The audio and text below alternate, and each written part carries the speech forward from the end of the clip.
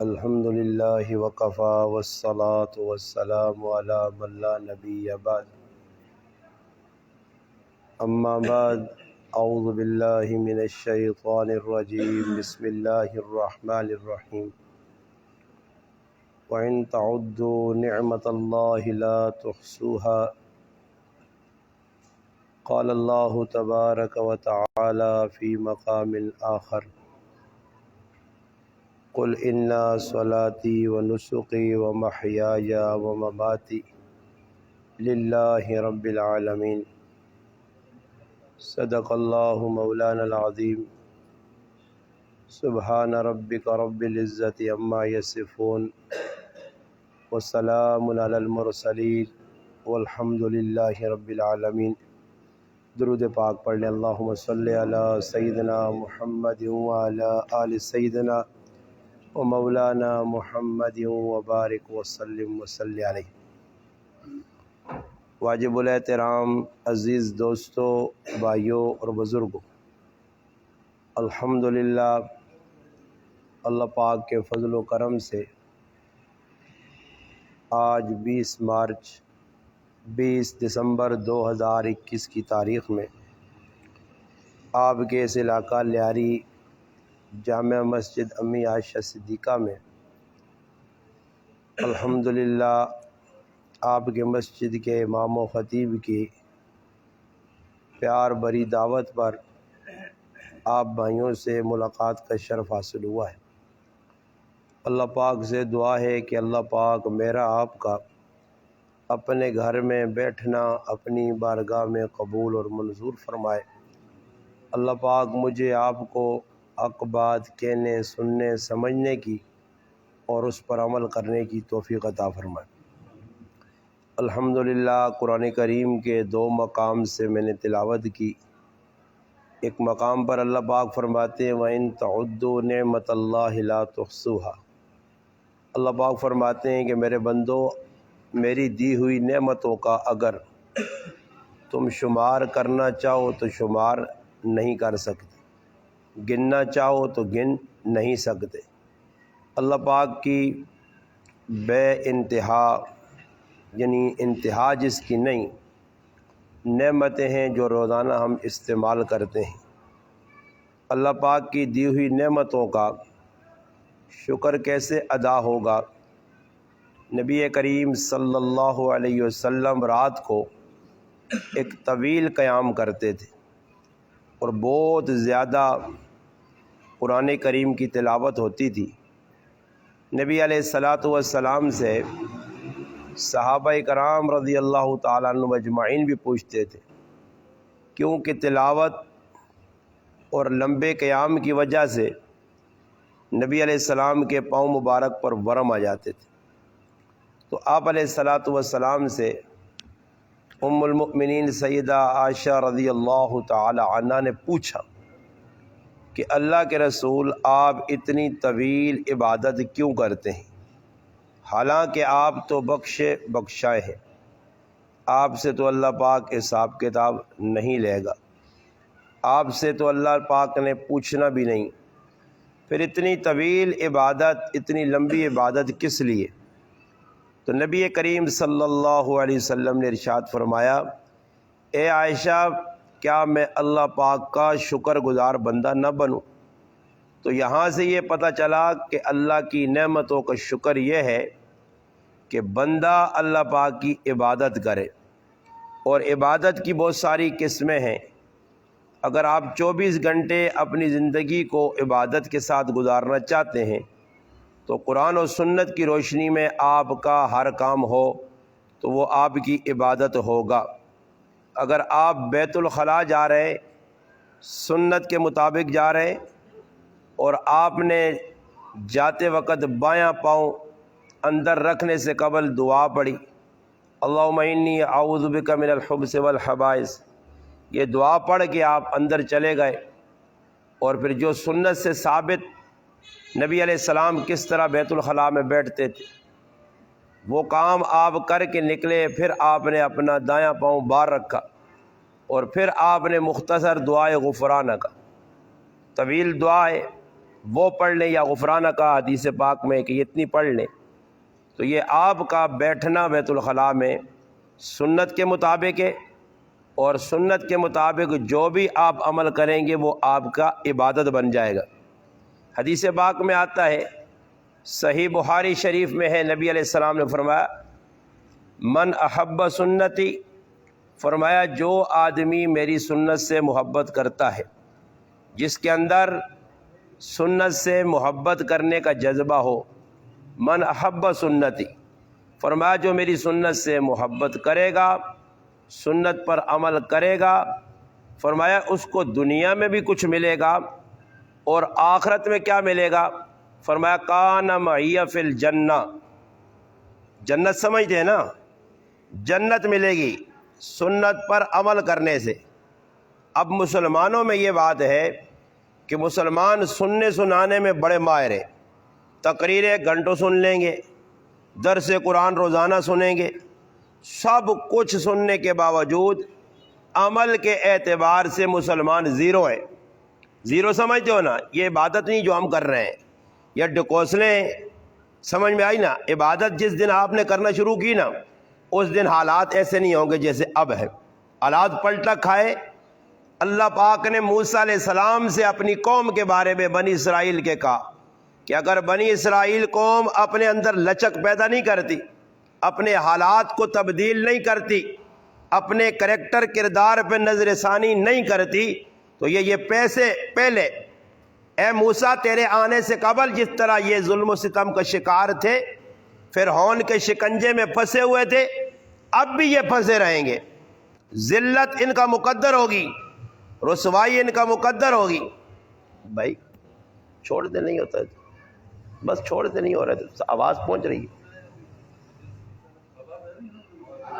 آ رہی ہے، خیر کوئی نہیں ہے، بس آپ بیٹھ لیں، ہو جائے گا، چھوڑ دیں، یہ بیماری پرانی ہے، نہیں ہے، الحمدللہ میرا روزانہ کا کام ہے، یہ پہلی دفعہ بیان کرنے نہیں بیٹھا۔ دیوبندیوں کے ہاں روڈ اسپیکر زیرو سے زیرو ہوگا، یہ اور فضول کاموں پہ خرچہ کر لیں گے، لاؤڈ اسپیکر صحیح نہیں کریں گے جس کے ذریعے لوگوں تک آواز پہنچے۔ یہ ادھر کا رونا نہیں ہے، آپ کی کراچی کا رونا ہے، ہم پنجاب میں بھی رونا رہتے ہیں، میرے اکثر آپ بیان سن لینا نیٹ پہ، میرا یہی رونا ہوتا ہے، یا لاؤڈ اسپیکر صحیح نہیں، یا اس میں انگلیاں مار کے کبھی ایک انگلی کبھی دوسرا انگلی، چھوڑ دو اس کو، بس بیٹھ جاؤ، آپ بیٹھ کے بات سن لو کافی ہے، ویسے کون سا ہزاروں کا مجمع بیٹھا ہوا ہے، یہ تو آپ کے لیاری کو الحمدللہ میں پوری لیاری اکٹھی ہو جائے تو سب کو میں بغیر لاؤڈ اسپیکر الحمدللہ سنا سکتا ہوں بات، ٹینشن نہ پکڑے آپ، بات کو توجہ سے سنیں۔ تو فرمایا نعمتوں کا شکر جب ادا نہیں کرو گے، لئن شکرتم لازیدنکم ولئن کفرتم ان عذابی لشدید، فرمایا اللہ نے جو نعمتیں دی ان کا شکر ادا کرو۔ بنی اسرائیل کو نعمتیں ملی، ایک تو جسم و جان میں انسان کے ہزاروں نعمتیں ہیں، وفی انفسکم افلا تبصرون، اللہ کا قرآن کہہ رہا ہے کہ آپ اپنی ذات میں غور کرو۔ جب آپ اپنی ذات میں غور کرو گے، کب غور کرتے ہیں؟ جب اللہ کی دی ہوئی نعمت میرے ہاتھ سے نکل جاتی ہے۔ جب تک زبان کی نعمت صحیح تھی، اس کو استعمال غلط سلط کیا، اس کی قدر نہیں تھی۔ دانتوں کی نعمت تھی، ہزاروں چیزیں کھائیں، کبھی زبان پر لفظ شکر نہیں آیا۔ آنکھ کی نعمت تھی، اس سے غلط سلط دیکھا مگر کبھی زبان پہ لفظ شکر نہیں آیا۔ سماعت کی نعمت تھی، آپ نے ہزاروں باتیں سنی مگر کبھی شکر نہیں کیا کہ اللہ تیرا شکر ہے۔ کب شکر شروع ہوا؟ کب فکر لگی؟ جب آنکھ سے بینیائی چلی گئی، کانوں نے سننا ختم کر دیا، اب فکر لگتی ہے، پھر نعمت کی قدر آتی ہے۔ مگر اللہ پاک بتاتے ہیں کہ میرے بندے جب تک نعمت تھی تو نے اس کی قدر نہیں کی، اب ہم نعمت لے رہے، اب دنیا کے ڈاکٹر اکٹھے کرو، ہمارے جیسی آنکھ آپ کو نہیں دیں گے۔ جیسے ہم آپ کو کان دیے تھے سننے کے لیے، وہ سماعت والی چیزیں کانوں میں موت کچھ لوگوں نے لگا لیا، وہ سماعت نہیں ہے۔ زبان پہ فالج پڑ گئی، دنیا کا کوئی ڈاکٹر آپ کی زبان کو سیدھا نہیں کر سکتا۔ دانت ایک دفعہ اکھڑ گئے، مصنوعی دانت لگا سکتے ہیں، اصلی حقیقی رب کے بنائے ہوئے دانت دوبارہ نہیں مل سکتے۔ ایک دفعہ ٹانگ میں موچ آ گئی، ہڈی ٹوٹ گئی، ڈاکٹر پلستر لگائے گا، جوڑے گا مصنوعی طریقے سے، مگر حقیقت میں جو طاقت اور قوت پہلے والی ٹانگ میں تھے، اب وہ باقی نہیں رہی۔ اب ہمیں خیال آتا ہے کہ ٹانگ کی نعمت چلی گئی، ہاتھ کی نعمت چلی گئی، زبان کی نعمت چلی گئی۔ اب میرے بھائی خیال آتا ہے تو اینڈ پہ پھر انسان کے ہاتھ سے پرندہ اڑ جاتا ہے، پھر پتہ نہیں چلتا انسان سے۔ ایک بیماری آئی، جب تک نعمت تھی اس کی قدر آپ نے نہ کی۔ اب یہ تو میں جسمانی نعمتیں گنوا رہا ہوں، یہ جو جسمانی نعمتیں ہیں ان کی ہمیں قدر نہیں، یہ تو بابا جسمانی ہے، کوئی مسئلہ نہیں ہے۔ آنکھ چلی گئی کوئی نقصان نہیں، زبان بند ہو گئی کوئی نقصان نہیں، کانوں نے سننا چھوڑ دیا کوئی نقصان نہیں، ہاتھ پاؤں مفلوج ہو گئے کوئی نقصان نہیں۔ بابا نقصان سب سے بڑا کب ہوتا ہے؟ جب میرا رب ایمان کی نعمت چھین لیتا ہے۔ ہاں میرے بھائی، اصل نعمت وہ ہے۔ اگر ٹانگ ٹوٹ گئی کوئی مسئلہ نہیں ہے، یہ تو دنیا کا معاملہ ہے۔ کئی صحابہ معذور پڑے رہے، انبیاء معذور پڑے رہے، انبیاء پہ بھی حالات آتے رہے، بیماریاں بخار یہ ساری چیزیں انبیاء کے ساتھ بھی تھی، بلکہ آپ سے ڈبل تھی۔ نبی کریم علیہ الصلوۃ والسلام بیمار پڑے ہیں اور صحابی آئے، پوچھا، ام سلمہ رضی اللہ تعالیٰ عنہ آپ کی ازواج میں سے، انہوں نے پوچھا اللہ کے محبوب آپ کو اتنا شدت سے بخار ہے؟ فرمایا ہم انبیاء کے جس طرح مراتب درجات بلند ہیں، فضیلت میں ہم سب سے فائق ہیں، اوپر ہیں، اسی طرح ہمیں بخار بھی ڈبل آتا ہے، ہمیں تکلیف بھی ڈبل ہوتی ہے۔ انبیاء کے ساتھ یہ ہوا ہے۔ تو جسمانی بیماری کا آ جانا یہ کوئی نقصان نہیں ہے۔ نقصان تب ہوگا کہ جب آپ کا ایمان آپ کے ہاتھ سے نکلے گا، اور اس وقت مسلمانوں کو پتہ نہیں چل رہا۔ ایمان کے ختم کرنے کے آلات ہمارے پاس موجود ہیں۔ ایمان ہمارا کہاں ختم ہو رہا ہے؟ فرمایا ایک وقت امت پر آئے گا، یمسی مؤمنا ویصبح کافرا ویصبح مؤمنا ویمسی کافرا۔ فرمایا ایک وقت آئے گا، رات کو ایمان کی حالت میں سوئے گا، صبح اٹھے گا بیدار ہوگا تو کفر کی حالت میں۔ کیسے؟ کیا کرے گا؟ زبان کا بول غلط، عمل سنت کی مخالفت میں، شریعت کا مذاق۔ اس وقت پوری دنیا میں بدبخت قوم مسلمانوں کو کہو جو سب سے زیادہ شریعت محمدیہ کا مذاق اڑا رہے۔ مسلمان کافر تو ہے ہی کافر۔ دیکھو ایک بات سمجھنے کی ہے نا، آپ کا ایک اپنا بیٹا ہے، حقیقی بیٹا ہے، نسبی بیٹا ہے، ایک آپ کا محلے کا بیٹا ہے جو آپ کو ابو کے درجے پہ رکھتا ہے، چاچا کے درجے پہ رکھتا ہے، آپ اس کو بیٹا کہتے ہو۔ اگر محلے کا بچہ آپ کو گالی دے آپ کو تکلیف نہیں ہوگی، مگر آپ کا اپنا بچہ جب گالی دے گا پھر آپ کو تکلیف ہوگی۔ بابا کافر تو اللہ کو مانتا ہی نہیں ہے نا، وہ تو اللہ کو مانتا نہیں ہے، قرآن کو نہیں مانتا، جس نبی کا تو کلمہ پڑھتے اس نبی کو نہیں مانتا۔ کافروں پہ ہم گلے کر رہے ہیں، کافر یہ کر گئے، کافر وہ کر گئے۔ تیرے کرنے کے جو کام تھے وہ تو نے کیوں نہیں کیے؟ جو تیری ذمہ داری تھی، ڈیوٹی تھی، اس کو تو نے نبھایا؟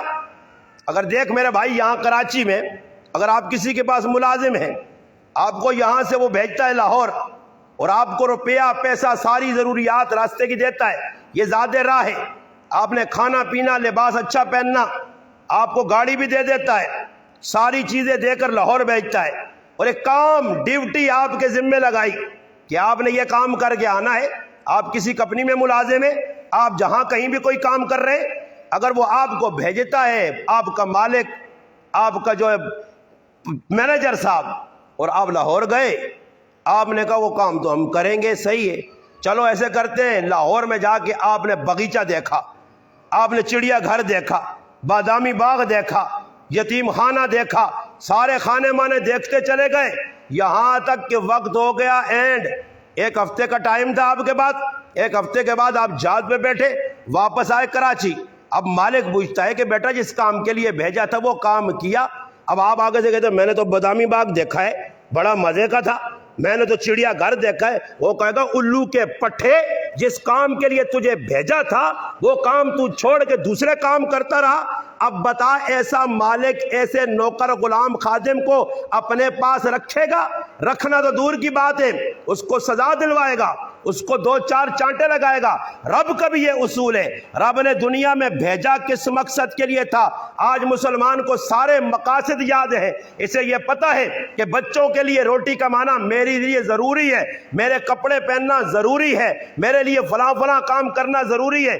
دنیا کو اتنا چاہا، اتنا سوچا، اتنا دنیا کے لیے بھاگا کہ مقصد زندگی مسلمان کی آنکھ سے اوجھل ہو گیا، غائب ہو گیا۔ اب کسی سے آپ سوال کریں، غلام مصطفیٰ فاروقی صاحب اپنے مقتدیوں سے کبھی پوچھے کہ آپ کی زندگی کا مقصد کیا ہے، ایک مقتدی نہیں بتا سکتا۔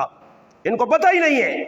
ان کو یہ پتہ ہے کہ صبح اٹھو، ہماری زبان میں، آپ تو یہاں کراچی والے اردو میں کہتے ہیں نا جانور، ہماری زبان میں کہتے ہیں ڈنگر، ڈنگر، یہ سارے ڈنگرون، یہ ڈنگر ہے، ڈنگر، جانور، جیسے جانور شیتر بے مہار، جس کی مہار کھول دو نا اونٹ کی، جہاں دل چاہا ادھر منہ مارا، ادھر مارا، اسے نہیں پتا کہ یہ اپنی ہے یا پرائی ہے، اس کو نہیں پتا، اس کا مقصد پیٹ بھرنا ہے۔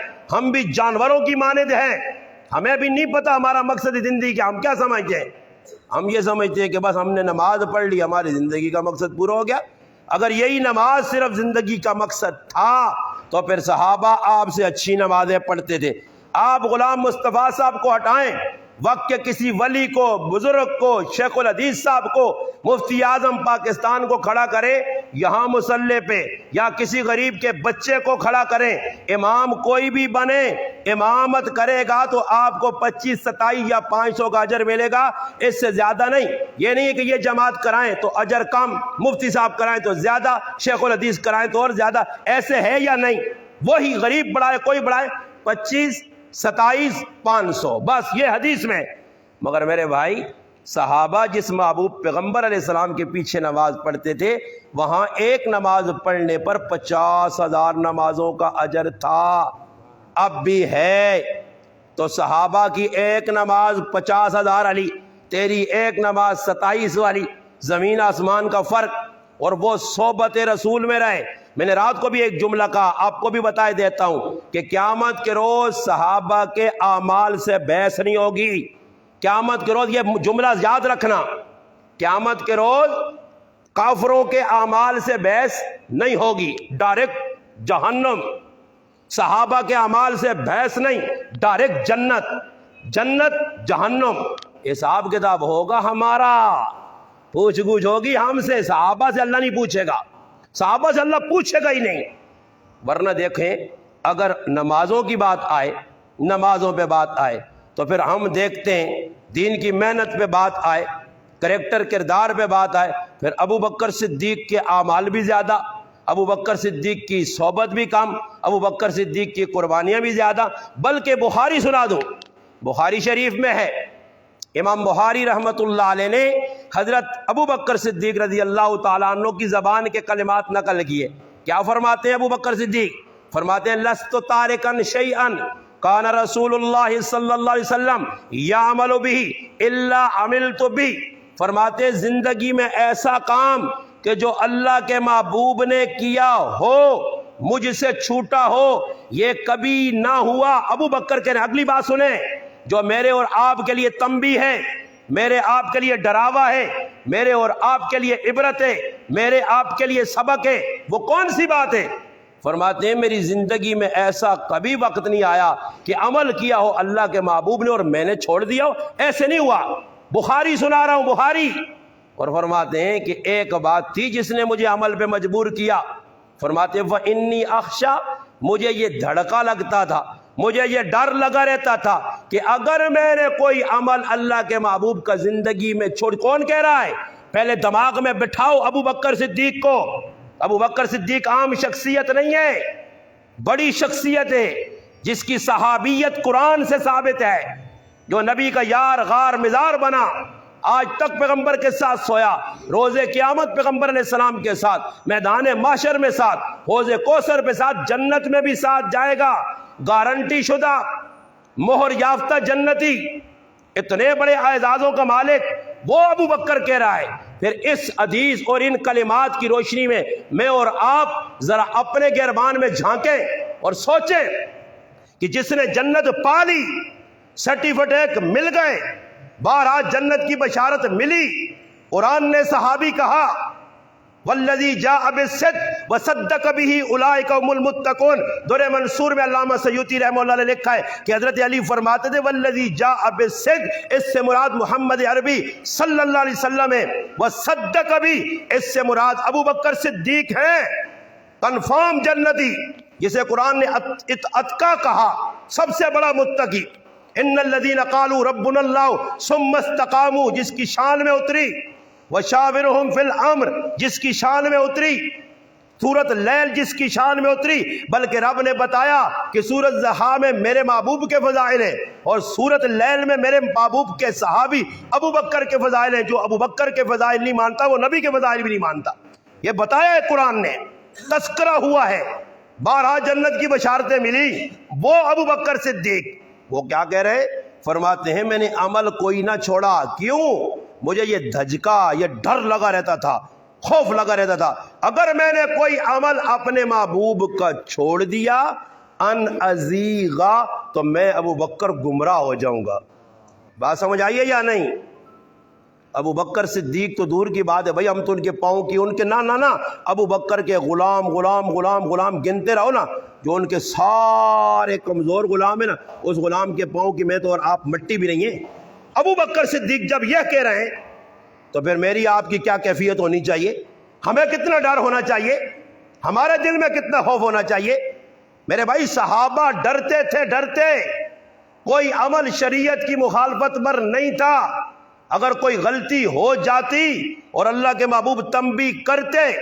ایک دفعہ کی بات ہے، ایک نوجوان کنکری اٹھا کے یوں پھینک رہا ہے، یوں، عبداللہ بن مغفل رضی اللہ تعالیٰ قریب سے گزرے، کہا بیٹا نہ اس سے شکار ہو سکتا ہے نہ اس سے تیرا مقصد حاصل ہو سکتا ہے، کنکری نہ مار، لا یمنہ ہو، اللہ کے محبوب نے منع کیا کسی کی آنکھ میں لگ جائے، کسی کی آنکھ میں لگ جائے۔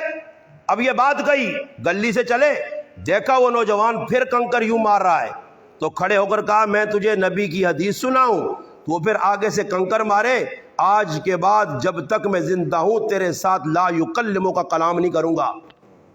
اور یہاں نبی کی شریعت کا مذاق، شادی ہو رہی ہے، میری مائیں بہنیں ہیں وہ کیا کر رہی ہیں یہ سب کو پتہ ہے، سب پہ کھلا ہوا ہے، بھائی کیا کر رہے ہیں، ڈھول باجے محلے والوں کو پریشان کر رکھا ہے، ساری رات کناتیں لگائی ہوئی ہیں، یہ لگے ہوئے ہیں، ان میں شرم ہے کوئی تھوڑی بہت؟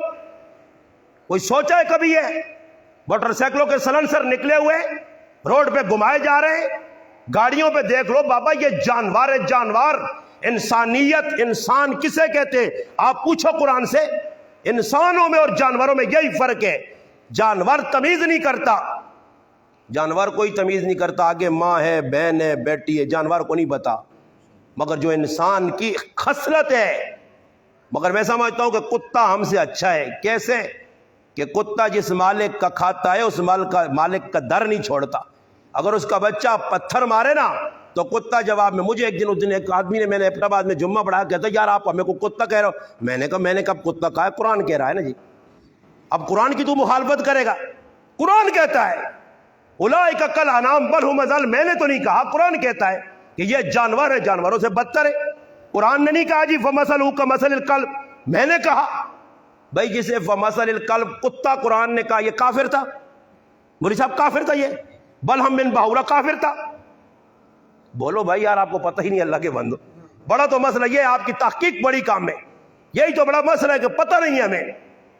مسلمان تھا، بزرگ تھا، اللہ والا تھا، جنہیں قرآن نے کہا ذالک مثلہم فی التوراۃ، جنہیں قرآن نے کہا مثلہم فی التوراۃ، اپنا قرآن کہتا ہے کہ یہ گدے کی طرح ہے، جنہیں قرآن نے گدہ کہا، یہ گدہ جنہیں کہا گیا یہ کافر نہیں تھے، یہ یہودیوں کے علماء تھے، اس وقت کے جید مسلمان تھے، مگر لائن سے ہٹے، پھر اللہ پاک نے قرآن میں کہہ دیا کہ یہ جانور ہیں، یہ گدے ہیں، فرمایا جس طرح گدے پہ کتابیں رکھو تو اسے فائدہ نہیں، ان کو بھی کوئی فائدہ نہیں ہے۔ تو اب 2 ٹانگ والا کتا، 2 ٹانگ والا گدہ، اس کا قرآن میں ذکر ہے، 4 ٹانگ والا کتا، 4 ٹانگ والا گدہ، اس کا بھی قرآن میں تذکرہ ہے، مگر یاد رکھنا 2 ٹانگ والا کتا کاٹے تو جان جائے گی، اور 2 ٹانگ والا 4 ٹانگ والا کتا کاٹے تو جان جاتی ہے، اور 2 ٹانگ والا کاٹے تو ایمان جاتا ہے، ایمان جاتا ہے، خطرناک ہے یہ 2 ٹانگ والا۔ ہاں جی، آپ قرآن سے پوچھو نا میرے بھائی، قرآن جب پڑھو گے تو آپ کو سب پتہ چلے گا۔ اب دیکھو میں اور آپ بیٹھے، کسی کے سر میں درد ہے، کبھی ایک کے سامنے شکوہ، کبھی دوسرے کے سامنے شکوہ. علماء نے لکھا ہے کوئی ایسی بات جس میں سقم ہو، کمزوری ہو، ضعف ہو، اس کو اللہ کی طرف منسوب نہیں کرنا چاہیے. اب آپ سے جب کوئی پوچھتا ہے کہ آپ کو کیا ہوا، وجی مجھے بخار ہو گیا، اللہ پہ گلے کر رہے ہیں، اللہ پہ شکوے کر رہے ہیں، یار گھر میں بیماری، اللہ نے ہمارے گھر میں بیماری بھیج دی. مگر آپ قرآن سے پوچھیں تو ابراہیم علیہ السلام کا قرآن میں تذکرہ ہے تفصیلی، اور ابراہیم علیہ السلام خود بتا رہے ہیں. اب یہ بتاؤ کہ ابراہیم علیہ السلام نے ساری چیزیں گنائیں، ایک ایک چیز. اللہ نے مجھے ہدایت دی، اللہ پاک سورج نکالتا ہے، اللہ غروب کرتا ہے، دن لاتا ہے، رات چلی جاتی ہے، رات آتی ہے، دن چلا جاتا ہے، ساری باتیں گنائی نا ابراہیم علیہ السلام نے. اب یہ بتاؤ جب ہم کھڑے ہوتے ہیں نا، کبھی گفتگو ہوتی ہے، جماعت والے کیا کہتے ہیں؟ عزت ذلت اللہ کے ہاتھ میں، کہتے ہیں نہیں کہتے؟ اور اس میں کرتے کرتے اینڈ پہ کیا کہتے ہیں؟ کیا کہتے ہیں؟ آپ نے سنا ہوگا، کہتے ہیں صحت بیماری کس کے ہاتھ میں جی؟ اور ہے کس کے ہاتھ میں؟ اللہ کے ہاتھ میں. اب ابراہیم علیہ السلام نے یہاں رخ چینج کیا کہ صحت تو نعمت ہے، بیماری سقم کمزوری ضعف ہے، اور بیماری کی نسبت اللہ کی طرف نہیں کرنی. اور جب بات آئی نا تو ساری باتوں میں یوں یوں یوں کہہ کہ اللہ پاک کے سامنے جب آئے یہ بیماری کی بات کی تو پھر یوں نہیں فرمایا کہ اللہ تو ہی صحت دیتا ہے، تو ہی بیمار کرتا ہے، تو نے بیمار کیا، تو نہیں. وَإِذَا مَرِضْتُ فَهُوَ يَشْفِينِ، جب میں بیمار ہوتا ہوں تو صحت دیتا ہے. بیماری کی نسبت کس کی طرف کی؟ قرآن سے پوچھنا، قرآن ہم پڑھتے ہی نہیں ہیں. وَإِذَا مَرِضْتُ، جب میں بیمار ہوتا ہوں. چلو آپ کو قرآن سے ایک اور نقشہ کھینچ کے بتاتا ہوں. قرآن آپ کی مسجد میں ہاں ہے تو دے دو، ایک قرآن دے دے، آپ کو قرآن سے سناتے ہیں. تھوڑا سنو، قرآن کو سمجھو، پھر سمجھو گے تو پھر مسئلہ حل ہوگا. اب تو ہم نے قرآن سمجھا نہیں ہے. ایک تو یہ میں نے بتا دیا ایزی کر کے کہ آپ سمجھ جائیں، وَإِذَا مَرِضْتُ فَهُوَ يَشْفِينِ. آئیے میں انشاءاللہ ہے قرآن ہے، لے آئیں قرآن. قرآن کا ایک نسخہ دے دے تاکہ آپ کو الحمدللہ میں سمجھاؤں کہ آپ سمجھیں. جو بات میں کرنے جا رہا ہوں بڑی قیمتی بات ہے، پوائنٹ کی بات ہے، مگر آپ توجہ کریں گے تو آپ کو سمجھ آئی. دیکھیے قرآن کا 15واں پارہ ہے، اس کا اختتام ہو رہا ہے اور اس کے بعد 16واں پارہ شروع ہو رہا ہے. یہاں دو نبیوں کے واقعات ہیں، ایک تکوینی نبی ہیں، ایک تشریعی نبی ہیں. ایک موسیٰ علیہ السلام ہے اور ایک خضر علیہ السلام ہے. اب ان کا قرآن میں یہاں واقعہ بیان ہوا. میں واقعہ تفصیل نہیں سمجھاؤں گا، جو بات سنانا چاہتا ہوں اس کو سننے کی کوشش کریں. بات یہ کہہ رہا ہوں کہ اللہ کی طرف غلط کام کی نسبت نہیں کرنی چاہیے، اللہ کی طرف نہیں نسبت ہوگی، اس نسبت کو آپ اپنی طرف کرو گے. چلو ایک موٹی مثال دوں. یہ تو میں کہہ سکتا ہوں نا جی نماز کی توفیق کس نے دی؟ تو پھر یوں کہوں کہ چوری کی توفیق کہہ سکتے ہو؟ نہیں ایسے کہہ سکتے ہو اللہ نے توفیق دی چوری کر لی. ہاں قرآن پڑھنے کی توفیق اللہ نے دی اور شراب پینے کی توفیق بھی اللہ نے دی، ایسے کہہ سکتے ہو؟ ذرا مسئلہ پوچھنا علماء سے، اگر ایسے کہہ دیا تو پھر ایمان باقی ہے؟ توجہ کرنا ذرا. آج ہم بہت ساری ناشکریوں میں ایک بڑی ناشکری اور جرم گناہ کبیرہ یہ کر رہے ہیں. کیسے کافر ہوں گے ہم؟ کیسے ایمان اندر سے جائے گا؟ ایسے گلہ ہوگا. ایک عورت کا خاوند مر گیا اور اس نے واویلا کیا، پورا محلہ سن رہا ہے، اللہ کیا تجھے میرا ہی گھر ملا تھا، چھوٹے بچوں کا خیال نہیں کیا؟ میرے خاوند کی موت آ گئی، چھوٹے چھوٹے بچوں پہ ترس نہیں آیا؟ عورت نے یوں آواز نکالی. میں نے فتویٰ علماء سے لیا، علماء نے کہا یہ عورت کافر ہو چکی ہے، اس کا ایمان گیا جس نے یوں کہا. اور یہاں سارا دن کیسے کفریہ جملے مسلمان زبان سے نکال رہا ہے، صبح شام شریعت کی مذاق میں. علماء نے یوں لکھا ہے کہ اگر کوئی داڑھی مونڈ رہا ہے یہ گناہ کبیرہ ہے، حرام ہے، گناہ ہے، یہ بھی جرم ہے. مگر کوئی داڑھی رکھ کے کبھی ایل بنا رہا ہے، کبھی ایب بنا رہا ہے، داڑھی کا مذاق کر رہا ہے، یہ کافر ہے، مسلمان نہیں ہے. بابا ہمارے اندر سے ایمان ایسے نکلے گا کہ ہم وہ جملے کہہ جائیں گے جو شریعت کی مخالفت میں ہوں گے. شعائر اللہ کا ہم مذاق اڑائیں گے، ہم آذانوں کا مذاق اڑائیں گے، ہم نماز کا مذاق اڑائیں گے، ہم قرآن کا مذاق اڑائیں گے. پھر نتیجہ آپ کے سامنے آئے گا. اب قرآن میں خضر علیہ السلام، موسیٰ علیہ السلام، دو پیغمبروں کا واقعہ ہے. اب دونوں جا رہے ہیں، اللہ پاک نے موسیٰ علیہ السلام کو بھیجا، آپ جائیے خضر علیہ السلام سے ملاقات کیجیے. ملاقات ہو گئی، علم سیکھنے آئے تھے، اللہ نے سکھانا تھا. موسیٰ علیہ السلام بھی بڑے پیغمبر ہیں، جلیل القدر اولو العزم، 5 پیغمبر ہیں.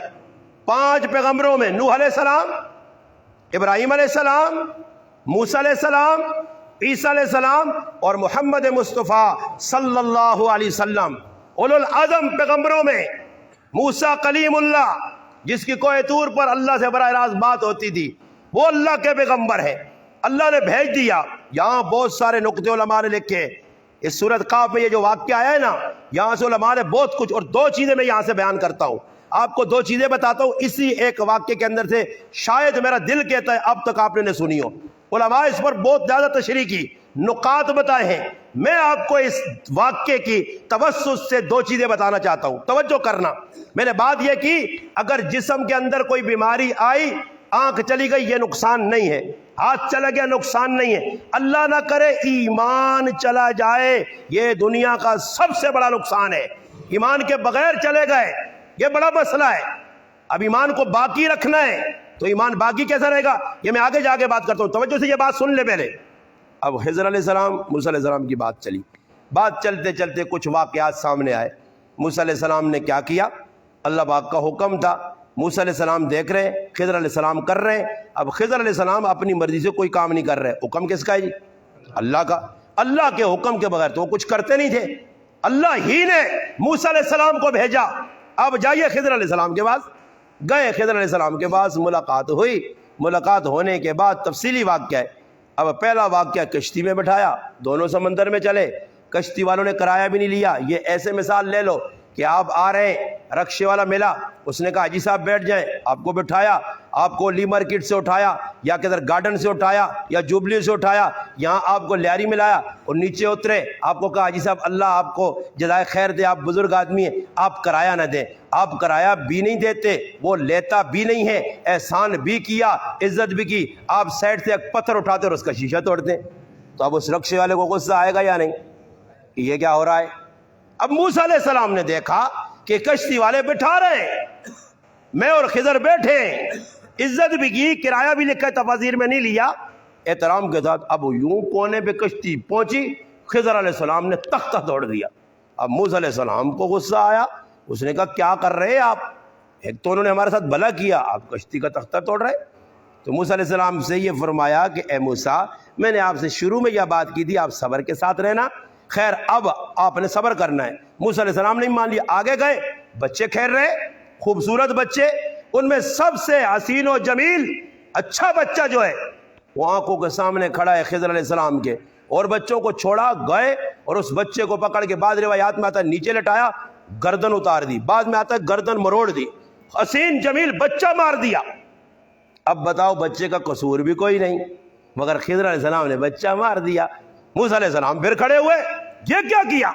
کہا آپ سے یہ بات کہی تھی کہ صبر کرنا ہے، اب اگر آپ نے صبر نہیں کیا، آپ ادھر میں ادھر۔ خیر تیسرا واقعہ، آگے گئے، گاؤں میں پہنچے، ایک علاقے میں پہنچے، اور وہاں جو لوگ تھے بڑے سخت طبیعت کے لوگ تھے، مہمان نواز نہیں تھے، انہوں نے نہ کوئی کھانے کا پوچھا، نہ پانی کا پوچھا، نہ سونے کے لیے جگہ دی۔ اب موسیٰ علیہ السلام، خضر علیہ السلام گاؤں سے نکلے، دیوار گر رہی ہے، اب موسیٰ علیہ السلام سے کہا کہ اس دیوار کو ہم سیدھا کر دیں۔ کہ انہوں نے تو مہمان نوازی نہیں کی، خدمت بھی نہیں کی، اب خواہ ان کی دیواریں بنا رہے۔ تو موسیٰ علیہ السلام نے کہا اے موسیٰ اب آپ کی میری جدائی ہو رہی ہے۔ نبی علیہ السلام فرماتے ہیں کاش موسیٰ علیہ السلام صبر کرتے تو اور باتیں کھل کھل کے آتی، مگر خیر بات اب سنیں، جو آپ کو سمجھاؤں گا دو باتیں، توجہ سے بات سن لیں تاکہ آپ کے ذہن میں بیٹھ جائے کہ قرآن ہمیں کیا درد دیتا ہے۔ اب ہوا کیا، دو چیزیں یہاں سے بیان ہوں گی جو آپ کے سامنے آ رہی ہیں کہ موسیٰ علیہ السلام اور خضر علیہ السلام کی جدائی ہو گئی۔ جدا ہوتے ہوتے موسیٰ علیہ السلام نے کیا فرمایا، خضر علیہ السلام نے کیا فرمایا موسیٰ علیہ السلام سے۔ قرآن یہاں اس کا تذکرہ کرتا ہے، قال ھذا فراق بینی و بینک، آپ ادھر جائیں میں ادھر جاتا ہوں، مگر سنیں سأنبئک بتأویل ما لم تستطع علیہ صبرا، آپ کو ذرا یہ تو بتا دوں کہ یہ جو کچھ ہوا ہے اس کی تفصیل سن کے جائیں، جس پر آپ نے تھوڑی سی جلدی کی، مگر تفصیل سنیں۔ اب تفصیل میں پہلا کام کس کی مرضی سے ہوا جی؟ اللہ کی۔ دوسرا کام کس کی مرضی سے؟ تیسرا کام کس کی مرضی سے؟ اللہ کی۔ تو اللہ نے تینوں کام کروائے پیغمبر کے ہاتھ سے، مگر اب میں نے یہ شروع میں بات کی کہ سکم، ضعیف، کمزور بات اللہ کی طرف منسوب نہیں کریں گے۔ اب آپ کو شروع میں ایک بات بتاؤں، اب سمجھ لیں۔ دیکھو بچے کا قتل کرنا اچھا کام ہے یا برا جی؟ برا کام۔ تختی کے پھٹے توڑنا اچھا کام ہے یا برا؟ جی برا. دو باتیں ہو گئیں. اب کسی کی گرتی ہوئی دیوار کھڑی کرنا اچھا کام ہے یا برا؟ آپ یہ مانتے ہو دو کام اچھے نہیں ہیں، ایک کام اچھا ہے، یہ آپ بھی مانتے ہیں. اور کام تینوں کس کی مرضی سے ہوئے؟ اللہ کی مرضی سے ہوئے. دو کام آپ کی طبیعت، آپ کی عقل کہتی ہے کہ دو کام صحیح نہیں ہوئے، ایک کام صحیح ہوا. تینوں کام کیے پیغمبروں نے، ہوئے اللہ کے حکم سے. اب ہم قرآن سے پوچھتے کہ خضر علیہ السلام جب موسیٰ علیہ السلام کو بتا رہے تھے کہ میں نے کشتی کے پھٹے کیوں توڑے، تو اس وقت حضرت خضر علیہ السلام یوں کہہ سکتے تھے اے موسیٰ پیغمبر، اللہ نے حکم دیا تھا کہ اس کشتی کا پھٹا توڑ دیا جائے تاکہ اس کشتی میں عیب آ جائے اور وہاں ایک جیسور نام کا بادشاہ ظالم ان سے یہ کشتی غصب نہ کرے، اس سے بچاؤ کے لیے میں نے پھٹا توڑا اللہ کے حکم سے. نہیں، یوں نہیں فرمایا. کیا کہتے ہیں موسیٰ علیہ السلام کو یوں بات بتاتے بتاتے اما السفینۃ فکانت لمساکین یحملون فی البحر، یہ جو آپ نے کشتی کے اندر دیکھا کہ میں نے مساکین کے وہ جو پھٹے وٹے توڑے ہیں ان میں عیب پیدا کیا. کیا فرماتے؟ فَأَرَدْتُ میں نے ارادہ کیا. کام کس نے کروایا؟ کام ظاہر میں لگا اچھا نہیں، نسبت کس کی طرف؟ اپنی طرف. ایک بات سمجھ آئی؟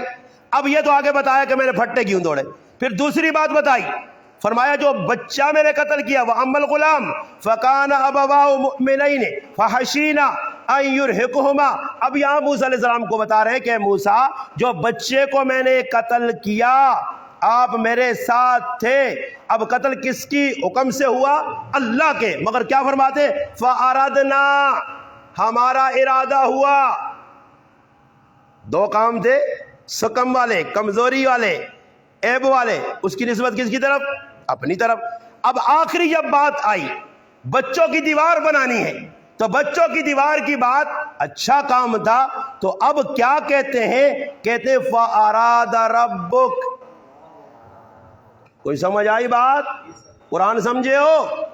قرآن بتا رہا ہے فَأَرَادَ رَبُّكَ میرے رب کا ارادہ ہوا. دو باتیں اپنی طرف منسوب، تیسری بات اللہ کی طرف منسوب. تو یہاں سے یہ مسئلہ سمجھ آیا کہ کسی چیز کی نسبت جس میں کمزوری ہو اللہ کی طرف نہیں کرنی، اس کی نسبت اپنی طرف کر. میں نے یہ کیا ہے، مجھ سے یہ ہوا ہے. ہاں، اچھے کام کی ہر نسبت اللہ کی طرف کرنی ہے. اب مسلمان کیا کرتا ہے؟ مسلمان کا سب سے بڑا جرم، قصور کیا ہے؟ طاقت اللہ نے دی، قوت اللہ نے دی، رزق اللہ نے دیا، جسم جان اللہ نے دی، یہ اپنا گمان کر رہا ہے. ہمارے علاقے میں مولانا صاحب ایسا ڈاکٹر ہے، یوں انجیکشن لگاتا ہے اور یوں آدمی گھوڑا بن جاتا ہے. اب نسبت کس کی طرف کی؟ ڈاکٹر کی. صحت کون دیتا ہے؟ اللہ. جب اللہ چھین لے صحت تو پھر لیاری میں یہ تمہاری اسپتالوں میں تو سارے دو نمبر کام ہو رہے ہیں. یہاں تو سارے ڈاکٹر دو نمبر، پھر سارے دو نمبری ہے. پاکستان پورا دو نمبروں کا ہے. یہاں دو نمبری اتنی ہے کہ میں آپ کو صرف ڈاکٹر نہیں، سارے ہی دو نمبری. اسپتالوں میں دو نمبر، سمجھ سب کچھ دو نمبر ہے. ایک نمبر چیز یہاں نہیں ملتی. یہاں گولی لینے جاؤ تو پوچھتے پیناڈول ایکسٹرا چاہیے یا دوسری چاہیے.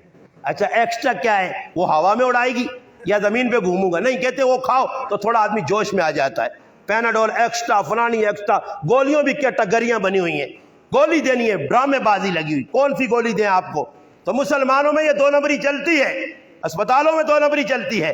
مگر یہ بات یہاں سے یہ پتہ چلی کہ اگر کبھی آپ پہ کوئی ایسا مسئلہ بن گیا اس میں آپ نے اپنی طرف نسبت کرنی ہے ہر کمزور کام کی، ضعف والے کام کی، اور اچھی نسبت اللہ کی طرف سے کرنی ہے. فَإِذَا مَرِضْتُ جب میں بیمار ہوا، نہ ڈاکٹر میں طاقت تھی، نہ دوائی میں طاقت تھی، نہ ٹیکے میں طاقت تھی، کسی میں طاقت نہیں تھی. فَهُوَ يَشْفِينِ اس کا حکم ہو گیا. جب حکم نہیں تھا تو ایوب علیہ السلام پڑے رہے، جب حکم آ گیا تو غسل کیا اور کھڑا کر دیا، جوان بنا دیا. جب حکم نہیں تھا تو اصحاب کہف سوئے رہے، جب حکم آ گیا تو کھڑا کر کے میدان میں لا دیا. جب حکم نہیں تھا تو عزیر علیہ السلام سوئے رہے، جب حکم آیا تو اللہ نے کھڑا کر دیا، حکم نہیں تھا تو پرندوں کے ٹکڑے پڑے ہوئے تھے، حکم آیا تو ٹکڑوں کو جوڑ کے موسیٰ حضرت ابراہیم علیہ السلام کے سامنے کھڑا کر دیا، جب حکم نہیں تھا تو فرعون اسی سمندر سے گزرتا تھا، کوئی ٹینشن پریشانی نہیں تھی، آج موسیٰ علیہ السلام کو گزارا، فرعون کو غرق کر دیا، جب حکم نہیں تھا تو نہیں تھا، جب آ گیا تو پھر کر دیا۔ ہر وہ کام جو اللہ کی طرف سے اچھی نسبت والا ہوگا اس کی نسبت اللہ کی طرف، اور جو کمزور ہوگا اس کی نسبت اپنی طرف۔ اب اس واقعے سے ایک بات تو یہ سمجھ آئی، اب جو اس سے بڑی بات بتا رہا ہوں جو آپ نے سمجھنی ہے۔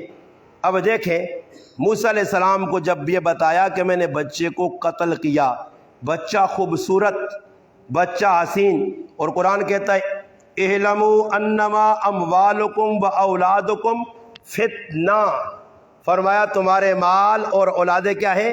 فتنہ۔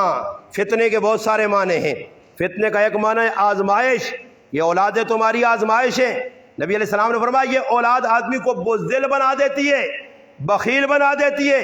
اولاد کی خاطر بابا دیکھو میں اکیلا ہوں نا، ایک روٹی پہ میری زندگی گزر سکتی ہے، میں حرام نہیں کھاؤں گا، مگر جب 4 بچے ہوں گے تو پھر حلال کو چھوڑ کے حرام کی طرف آؤں گا، پھر بچوں کا پیٹ پالنے کے لیے ان کو کھلانے کے لیے پھر حرام حلال کی تمیز چھوڑ دوں گا۔ بچوں کے لیے آدمی بڑے بڑے گناہ کر لیتا ہے اور لوگ کر بھی رہے۔ اور اب یہ جو روڈ پہ کھڑے ہوتے ہیں کہتے ہیں ہمارے بچے بھوکے ہیں، خود بھوکا نہیں کہتے، کہتے بچے بھوکے ہیں اس لیے وہ گناہ کرتے ہیں۔ واقع صحیح ہے یا غلط وہ اللہ ہی کو پتہ ہے، مگر لوگ کرتے ہیں۔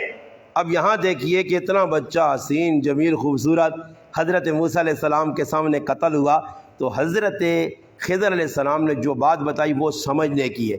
اب یہاں ابو الحسن علی ندوی رحمۃ اللہ علیہ فرماتے ہیں کہ اللہ نے اس پورے واقعے کا خلاصہ لب لباب نچوڑ بیان کیا وہ اس آیت سے اخذ ہوتا ہے کہ اللہ بتا رہے ہیں کہ جب حضرت موسیٰ علیہ السلام کو خضر علیہ السلام نے بتایا تو بتایا کہ اس بچے کو میں نے قتل کیوں کیا، تو وہاں یہ کہتے ہیں کہ وَأَمَّا الْغُلَامُ فَكَانَ أَبَوَاهُ مُؤْمِنَيْنِ، فرمایا اس کے ماں اور باپ مومن تھے، ایمان والے تھے، فحشینا اس بات کا ڈر تھا کہ یہ بچہ بڑا ہوگا اپنے ماں باپ کو طغیانا و کفرا، یہ کفر کے راستے پہ ڈالے گا۔ ان کے ماں باپ ایمان والے ہیں، ان کا ایمان بچانا ہے، بچانے کے لیے اس بچے کو ہی راستے سے ہٹا دو تاکہ ان کا ایمان بچا رہے۔ بچے کو راستے سے کیوں ہٹایا؟ کہ ان کے ماں باپ کا ایمان باقی رہے۔ اور دوسری جگہ یہ بتایا کہ جب ماں باپ ایمان والے تھے تو پھر رب نے کیا کیا؟ دیکھو اللہ کا قرآن کہتا ہے کہ ان کے بچوں کے ماں باپ ایمان والے تھے، تو پھر اللہ فرماتے ہیں کہ ان کے ایمان کی برکت سے ہم نے خزانہ بچا کے دکھا دیا۔ اولاد کا خزانہ ضائع ماں باپ نے جو جمع کیا نہیں ہوا۔ یہاں سے 2 باتیں سمجھ آئیں، ایک تو اللہ کی طرف سے کسی غلط بات کی نسبت نہیں کرنی، اور دوسرے نمبر پر اگر کوئی موقع ایسے آ گیا اس موقع میں ایک طرف ایمان ہے ایک طرف 2 نمبری ہے۔ اب ایمان کہتا ہے کہ یہ کام نہ کرنا، پیسہ کہتا ہے، اپنا دل کہتا ہے یہ کام کر لو، شیطان کہتا ہے، نفس کہتا ہے۔ صحابہ نے ایسے کیا۔ شاہ عبدالعزیز محدث دہلوی رحمۃ اللہ علیہ پچھلے دور کے بزرگ گزرے، ان کا ایک طالب علم تھا، مسجد میں لیٹ آیا تو کلاس میں دیر سے پہنچا، غسل خانے میں گیا، کپڑے چینج کیے، اس کے جسم سے عجیب قسم کی خوشبو پھوٹی، طالب علموں نے بھی سونگھ لی، پتہ کیا کہ آج خوشبو کہاں سے لے کر آئے۔ اس نے کہا میں تو عطار کی دکان پہ نہیں گیا، یہ خوشبو آئی کہاں سے؟ اب یہ بات بڑی آگے استاد تک پہنچی۔ شاہ صاحب رحمۃ اللہ نے بلایا، شاہ ولی اللہ محدث دہلوی رحمۃ اللہ علیہ کے بیٹے تھے، بڑے محدث تھے، بیٹا یہ خوشبو کہاں سے لائی، ایسی زبردست خوشبو؟ کہا استاد جی خوشبو تو میں نے نہیں لگائی۔ اور خوشبو نہیں لگائی تو آ کہاں سے رہی ہے؟ اب وہ بتانے لگا استاد جی میں آ رہا تھا مدرسہ پڑھنے، راستے میں ایک عورت خوبصورت کھڑی تھی، نوجوان، دوشیزہ حسین جمیل، اس نے مجھے بہانے سے اندر بلایا۔ اب اندر بلا کے کنڈی لگا لی۔ اب اس بغیرت کا، شیطان کا، بے حیا کا کوئی غلط ارادہ تھا، وہ مجھے غلط کام پہ مجبور کرتی رہی، میں اس کو ٹالتا رہا، وہ ٹلتی نہ تھی۔ اب میں نے اپنا ایمان بچانا تھا، اپنی عزت بچانی تھی، عفت کو برقرار رکھنا تھا، تو میں نے کیا کیا؟ میں نے اس سے ایک بہانہ تراش کے کہا کہ مجھے بیت الخلاء جانا ہے۔ اس نے اجازت دے دی، چل پھلٹو بٹا، اگر یہ غلط کام نہیں کرے گا، منہ کالا نہیں کرے گا تو شور مچاؤں گی، بدنام کروں گی۔ تو میں نے اپنی عزت کو بھی داغدار نہیں ہونے دینا تھا. اللہ کا ڈر میرے دل میں آیا تو میں گیا وہاں غسل خانے کے اندر بیت الخلاء میں, اور گندگی اپنے جسم پہ لگائی. ظاہری طور پر گندگی تھی. اس عورت نے جب گندگی دیکھی کپڑوں پہ, مجھے کہا نکل گھر سے. دروازہ کھول دیا, استاجی میں وہ گندگی کو لے کے یہاں آیا. اس گندگی کے ساتھ میں نے غسل کیا. میرے رب نے اس بدبو کو خوشبو میں تبدیل کر دیا. اب آج کا مسلمان غور غور کے نہیں دیکھنا مجھے, آج آپ سے یہ پوچھوں گا, یہاں آپ کے پورے کراچی میں کوئی ایسی جگہ دکھا سکتے ہیں یہاں ایسا ایک مسلمان مل جائے؟ کوئی ایسا ڈھونڈ دے, ایک ڈھونڈ دے. یہاں تو بابا تاڑ تاڑ کے پرائی عورتوں کو لوگ دیکھتے ہیں. رسو نہیں, رونے کا مقام ہے. پرائی عورت کو دیکھنا لعنت ہے, لعنت. غیر محرم کو آپ نہیں دیکھ سکتے. اس سے بات چیت کرنے میں بھی ادب. قرآن نے خود کہا ازواج مطہرات, پاک صاف مائیں, جنتی مائیں. میری ماں جس کے نام سے یہ مسجد ہے, ام المؤمنین سیدہ عائشہ رضی اللہ تعالیٰ, سفر میں ہوتی تھی, صحابہ پاک پاک پاک پاک, نبی کی گھر والیاں پاک, سارے صحابہ پاک. اس کے باوجود اللہ کے محبوب اوپر ہودج بنا کے ڈولی میں اپنے گھر والیوں کو پردے کی حالت میں بٹھاتے تھے. کیوں بھائی, کیوں؟ عبداللہ بن ام مکتوم کے آنے پر فرمایا پردہ کر لو, وہ تو نابینا تھے. یہ ساری جو دیواریں ہم نے درمیان سے گرائیں, اب بے حیائی کو ہم نے فروغ دیا. اب نہ ماسی کی, نہ خالہ کی, نہ پھوپھو کی, کوئی بیٹی باٹی کی تمیز ختم ہو گئی, سب ختم ہو گیا. اب ایک ہی نظر ہے جو بے حیائی کو دیکھ رہی ہے. چھوٹا ہے, بڑا ہے, بوڑھا ہے, سارے یہ کام کر رہے ہیں. دروازہ اب دیکھو ایک عورت گزر رہی ہے, غلطی سے نظر پڑ سکتی ہے. چلو اگر وہاں عورتیں نہ دیکھو تو موبائل پہ تو دیکھنے میں آتی ہیں. اب تو مولوی صاحب کا بیان سنو تو 4-5 مرتبہ عورت درمیان میں ٹانگ اڑا دیتی ہے, وہ اپنا کھچاؤ چلاؤ شروع کر دے گی. مولوی صاحب کا بیان سنتے سنتے بھی 5 مرتبہ لڑکی کو دیکھنا پڑے گا, پھر مولوی صاحب کا 1 گھنٹے کا بیان, ورنہ مزہ ہی نہیں آتا. درمیان میں کوئی نہ کوئی لڑکی ٹپک پڑے گی, کبھی ادھر سے ادھر سے, ہم دیکھ رہے ہیں. اور شیطان کیا ہے, وہ چسکے, وہ آپ کو زیب و زینت, ایک کالی عورت ہوگی اس میں بھی آپ کو حسین جمیل بنا کے دکھا دے گا آپ کو. اس کا مقصد گناہ کروانا ہے, اور اس گناہ میں امت مسلمہ بہت لگی ہوئی ہے اور صبح شام کر رہی ہے. موبائل نے بہت تباہ کر دیا. اب مجھے لوگ کمنٹس کرتے تھے کہ آپ تو موبائل پہ ہو, اللہ کے ولیوں, میں موبائل پہ آیا تو آپ نے مجھے پہچانا, اگر میں موبائل پہ نہ آتا تو آپ کو رگڑے کیسے لگتے؟ رگڑے لگے ہی ایسے ہیں کہ موبائل پہ میں آیا تو آپ کو بتایا کہ آپ یہ کر رہے ہیں. آپ کو فائدہ ہوا, آپ انگلینڈ میں بیٹھ کے مجھے سن رہے ہو, امریکہ میں سن رہے ہو, پورا پاکستان سن رہا ہے, فائدہ آپ کو ہوا. میں نے کب کہا ہے کہ یہ موبائل پہ جو ہے نا ماشاءاللہ, میں کہتا ہوں لوگ پوچھے تصویر, بابا میں نے تصویر کے بارے میں حلال ہونے کا فتویٰ نہ دیا نہ کیا. اب لوگ کھینچتے, اس میں ایک مسئلہ ہے, لوگ سوال کرتے ہیں, ہاں چند اختلافی مسئلہ ہے, اور علماء نے یہ بات نہیں کی ہے کہ اختلافی مسئلے میں گنجائش نکل آتی. کیسے؟ اب ہم نیٹ پہ نہیں آتے, ہم نیٹ کے بیٹھ کے گفتگو نہیں کرتے, تو پھر نتیجتاً قادیانی بیٹھیں گے نا, اور کالے پیلے نیلے عہدے سارے بیٹھیں گے, وہ آپ کا عقیدہ تباہ کریں گے. وہ کالوں نے, پیلوں نے, نیلوں نے 200 چینل کھولا ہوا ہے جس پہ لوگوں کا ایمان بگاڑ رہے ہیں, لوگوں کے دلوں میں گندگی پیدا کر رہے ہیں, قدورت پیدا کر رہے ہیں.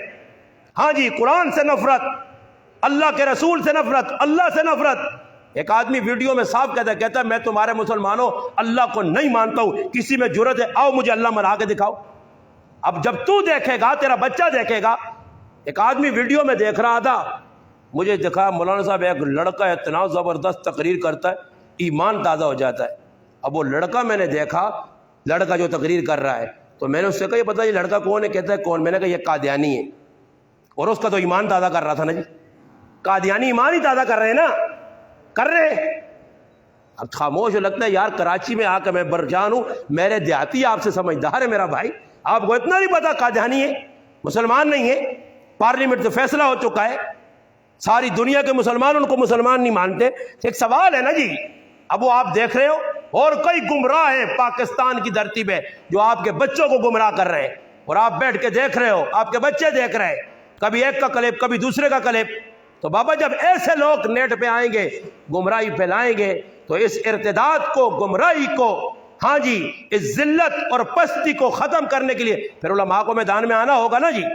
اب میں اگر اپنے گاؤں میں بیٹھتا, نیٹ پہ نہ آتا, دنیا کو ویڈیو کے ذریعے پیغام نہ دیتا, تو کراچی والوں مجھے آپ بلاتے, میں یہاں آتا, مجھے آپ جانتے, میں تو گاؤں میں بیٹھا رہتا, بس چند لوگوں کو سناتا, اور میں نے 10 سال سنایا. یہی پیغام سنایا، مگر معدود لوگ تھے۔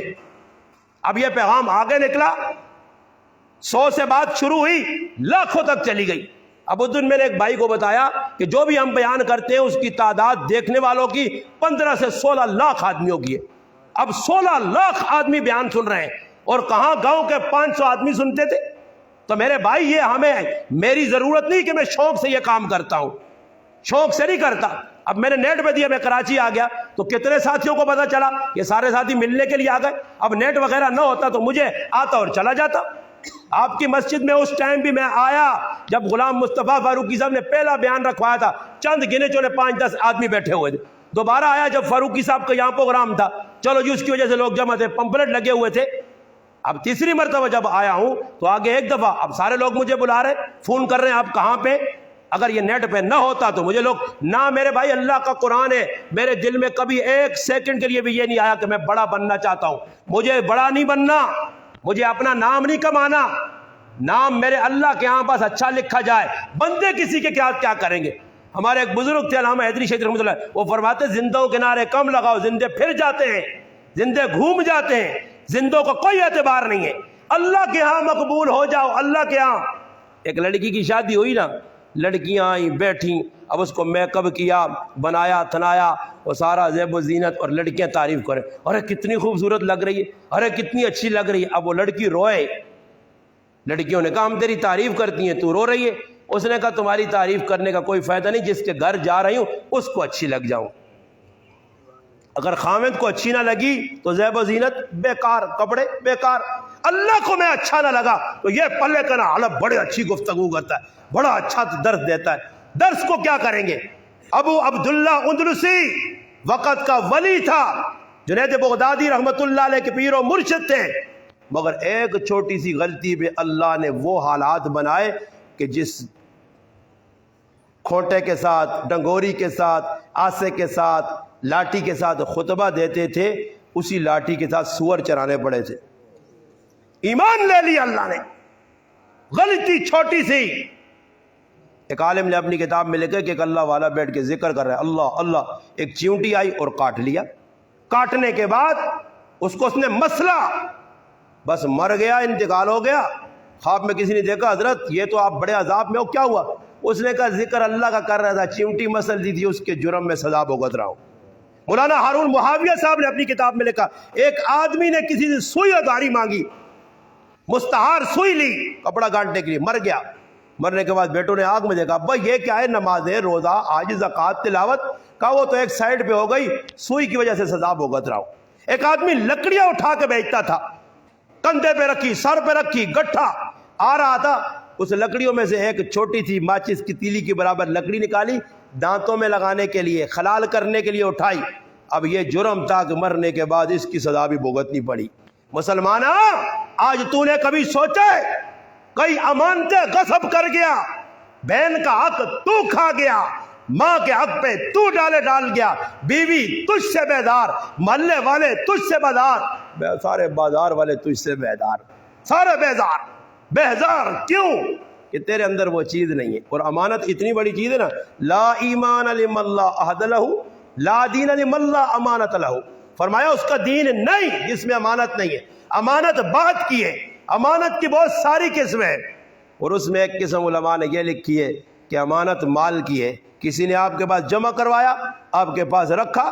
یہاں میں جب ایک دفعہ، جہاں آپ کی کراچی میں نے 18 سال گزارے الحمدللہ، 1992 میں مجھے یاد ہے، جونا مارکیٹ نگار سلمہ اب بھی موجود ہے، نگار سلمہ کے سامنے پان والے کی دکان اس سائیڈ پہ تھی۔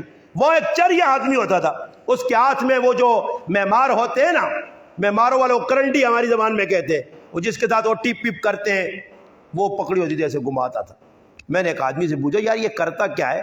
اس نے کہا یہ بالکل ٹھیک ٹھاک تھا، یہ تعمیراتی کام کرتا تھا، بڑا اچھا مستری تھا، مگر ہوا کیا کہ ایک آدمی کے پاس پیسے جمع کرواتا تھا، وہ اس کا اس زمانے میں 50,000 روپے 1992 میں، آج کے 50 لاکھ سمجھو، 50,000 روپے اس نے کھا لیے تھے۔ وہ بس اس کا اثر دماغ میں پڑا، وہ چریا ہو گیا، گھوم رہا تھا۔ امانت میں خیانت ہو گئی۔ یہاں لوگ چپے چپے پہ 500 روپے لوگوں کا کھا جاتے، دودھ والے کے ساتھ ڈنڈی، راشن والے کے ساتھ ڈنڈی۔ جب بھی راشن والے کے پاس جاؤ، پھٹا لگا ہوا ہے، ہم تو چینی 5 کلو لے گئے، تو نے 10 لکھی ہوئی ہے، ابے بھائی 10 لے گئے تو بچہ بھی لے گئے. نہیں ابے تو کون سا بچہ آیا تھا؟ ابے آپ کا بچہ تھا وہ کالا والا، نیلے والا، پیلے والا. نہیں ہمارا بچہ نہیں ہے. وہ پھر کس کا بچہ ہے؟ کل تو آپ لے کے گھوم رہے تھے اس کو. نہیں کسی اور کو ہوگا. بس 5 کلو چینی کے لیے یہاں لوگوں کو میں نے دیکھا، دکاندار فراڈی آگے، عوام بھی فراڈی. سمجھ میں آئی نا؟ وہ کسی آدمی نے گھوڑا خریدا. کیسے خریدا؟ بازار میں گھوڑا نظر آیا نا، ایک ٹھگ کو کہا یار گھوڑا بڑا اچھا ہے، پیسے گھوڑے کے نہیں ہے، پسند آ گیا اس آدمی سے کو ٹھگتے. اب اس کو ٹھگ کے بھئی وہ گھوڑا لے کے چلے گئے، گھر میں گئے، رسیاں وسیاں باندھی. 1-1.5 ہفتہ صبر کرو، سارا جانچ پڑتال ہو رہی ہے، لوگ ٹھنڈے ہو جائیں گے. پھر اس کے بعد جو چونا چرائے نا یہاں کن پٹی ویرا کے اگلے کی، اس کو بعد میں بیچیں گے. بیچو یہاں جو مرضی ہے کرو. ادھر کن پٹیوں پہ لوگوں کی تم رکھتے ہو، وہاں اللہ تمہاری کن پٹی پہ رکھے گا. ادھر پتہ چلے گا کہ کیا ہو رہا ہے. یہاں مار دو لوگوں کو، لے جاؤ سونے، کرو چوریاں جتنی مرضی ہے. مگر یاد رکھنا جو کسی کے جیب پہ ہاتھ ڈالتا ہے اس کی زندگی میں سکھ نہیں ہوتا، وہ ہمیشہ دکھی رہے گا. کسی کے ساتھ فراڈ کرے گا ہمیشہ دکھی رہے گا. اب وہ گھوڑا لے گئے، ہفتہ ٹھنڈ، ہفتہ کدھر گیا، 1.5 ہفتہ 2 ہفتے. انہوں نے آپس میں مشورہ کیا، اب حالات سدھر گئے، اب ٹھنڈے حالات ہیں، چلو بھائی گھوڑا لے کے آ گئے بازار میں. گھوڑا لے کے آئے بھائی، پہنچنے کے بعد ایک آدمی نے کہا بھی گھوڑا کتنے کا؟ اس نے کہا جی اتنا ہے، بڑا قیمتی گھوڑا. صفات اس کی سنائی. اس نے کہا گھوڑا میں خریدوں گا مگر پہلے ٹرائی کرتا ہوں، چیک کرتا ہوں اس کو بھاگتا ہے یا نہیں، کدھر لنگڑا منگڑا نہ ہو. اس نے کہا بگا لو. اس نے کہا بھی کچھ پیسے تو دے لو. شروع میں جو بیانہ کہتے ہیں نا، بیانہ شیر مادر، وہ لوگ کھا جاتے ہیں بیانہ بھی، ماں کا دودھ سمجھ کے پی جاتے ہیں. بیانہ دیا تھا، ارے جا ہم واپس نہیں کرتے، گاڑی نہیں لیتا ہماری. اور بے کیا بچہ واپس کر، یہ تیرے لیے جائز ہی نہیں ہے.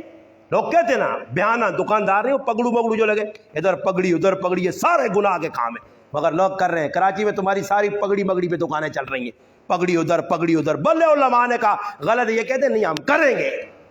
دکاندار علماء کہہ رہے ہیں یہ غلط ہے، حرام ہے، کہتے ہیں ہم کریں گے. ایک بات ماننے کے لیے تیار نہیں، ایک حکم ماننے کی شریعت کا تیار نہیں. اب وہ گھوڑا اس نے لیا. اس نے کہا بھائی میرے پاس پیسے ہیں مگر پیسے اتنی جلدی نہیں دیتا. ایسے کرو نا، بوٹ اتارے، شوز اتارے. اس نے کہا یہ بوٹ رکھ لو بیانہ، بس میں گھما کے لے آتا ہوں، پسند آ گیا تو پیسے دوں گا، لے جاؤں گا. اب اس نے وہ ایڑ لگائی، گیا بابا گاؤں بھاگ گیا. یہ کھڑا ہے، کبھی یوں دیکھے کبھی، یہ بھی چور تھا نا، چوروں کو مل گئے مور. اب یہ ادھر دیکھتا ادھر دیکھتا، گھوڑے والا نہیں آیا. اب بوٹ دیے بغل میں، گھر کی طرف روانہ. راستے میں ایک بابا ملا، اب پتر گھوڑا بک گیا؟ ہاں چاچا بک گیا ہے. کتنے میں بیچا؟ چاچا جتنے کا لیا تھا اتنے کا بیچا ہے، یہ جوتے مفت میں مل گئے. میں نے الو اس کو بنایا، مجھے وہ الو بنا کے چلا گیا. ایسے ہوتا ہے، ایسے ہوتا ہے. کسی کے ساتھ فراڈ کرو گے، دھوکہ کرو گے، 2 نمبری کرو گے، ہو ہی نہیں سکتا. وہاں سے لائے گا نا تنخواہ 20,000 روپے. لہاں لوگوں کو کام کیا ہے؟ کراچی میں اکثر تمہارے یہ کر رہے ہیں، ڈیوٹی پہ جاتے نہیں ہیں، حاضری لگی ہوئی ہے. یہ ساری کمائی حرام کی ہے، حرام کی. یہ پکا ٹھکا حرام ہے، یہ حرام کھا رہے ہیں. سنو، علماء مفتیان کرام نے لکھا ہے اگر آپ کی ڈیوٹی 8 گھنٹے کسی شعبے میں، یاد رکھنا کسی شعبے میں آپ کی 8 گھنٹے ڈیوٹی ہے، 10 گھنٹے، اگر اس میں سے 10 منٹ شارٹ کیے، یہ 10 منٹ کی کمائی حرام ہے. تو یہاں تو میرے بھائی KMC میں، کیسی میں، فلاں فلاں ڈیوٹی پہ جا ہی نہیں رہا، یہاں گھر میں لیٹا ہوا ہے، ادھر فون کر دیتا ہے لگا دو حاضری. سر آئے تھے، بڑا کام کیا، بڑے جہاں تیسمر خان نے تیر مارے، وہ گھر میں سویا ہوا ہے. ایک عالم نے لکھا ہے کہ میرے پاس ایک عالم آیا اور اس نے مجھے کہا کہ میں باہر ملک میں جا رہا تھا. انہوں نے کہا بھائی حضرت آپ تو اگلے ہفتے جا رہے تھے، کیوں ٹھہر گئے؟ وہ کہا جی ویسے ٹھہر کے کراچی کے فلاں فلاں جگہ گھومنا پھرنا ہے. اس نے کہا بھائی آپ کو تو چھٹی 8 دن کی ملی تھی. اس نے کہا میں نے میڈیکل سرٹیفکیٹ بنایا کہ میں بیمار ہوں. اس نے کہا آپ تو بیمار نہیں ہو. اس نے کہا کیا کریں، تھوڑا بہت چلتے. اس نے کہا اب جو 8 دن آپ نے گزارنے، یہ کمائی وہاں لینا آپ کے لیے جائز نہیں ہوگا، یہ حرام ہے آپ کے لیے. اب لوگ ڈیوٹی پوری نہیں کرتے، پیسے لے رہے، پورے پیسے لے رہے، پھر نتیجہ کیا نکلتا ہے بابا دیکھ لو تم، تمہارے سامنے. امانت میں خیانت. آخری بات عرض کرتا ہوں پھر بات کو ختم کروں گا، قرآن لے لے. آخری بات سن لے. یوشع بن نون علیہ السلام موسیٰ علیہ السلام کے بعد پیغمبر بنے. پہلے موسیٰ علیہ السلام کے اسی واقعے میں یوشع علیہ السلام کا تذکرہ بھی ہے، جو خادم کے طور پر موسیٰ علیہ السلام کے ساتھ چل رہے. یوشع بن نون، اللہ نے حکم دیا اے یوشع فلاں علاقے میں جاؤ، فلاں قوم سے جہاد کرو. اللہ کا حکم تھا، مگر 3 قسم کے لوگوں کو اپنے ساتھ نہیں لے کے جانا. ایک وہ لوگ جنہوں نے نکاح کر لیا اور ابھی تک رخصتی نہیں ہوئی، ان کو نہیں لے کے جانا. کیوں جی؟ ہو سکتا ہے وہ وہاں جائیں، اور ان کو بیوی یاد آ رہی ہو، عورت یاد آ رہی ہو، اور وہی وہاں اس پریشانی میں مبتلا ہو، تو اس سے بہتر یہ ہے کہ آپ ان کو نہ لے کے جائیں۔ دوسرے نمبر پر جنہوں نے اپنے مکان تعمیر کیے ابھی چھت نہیں ڈالی، آپ نے یہاں بھی دیکھا ہوگا جب تک چھت کسی مکان کی نہیں ڈلتی وہ آدمی پریشان رہتا ہے، چھت پر لڑائی ہوتی ہے، یار چھت ڈل گئی تو کام ہو گیا کم از کم۔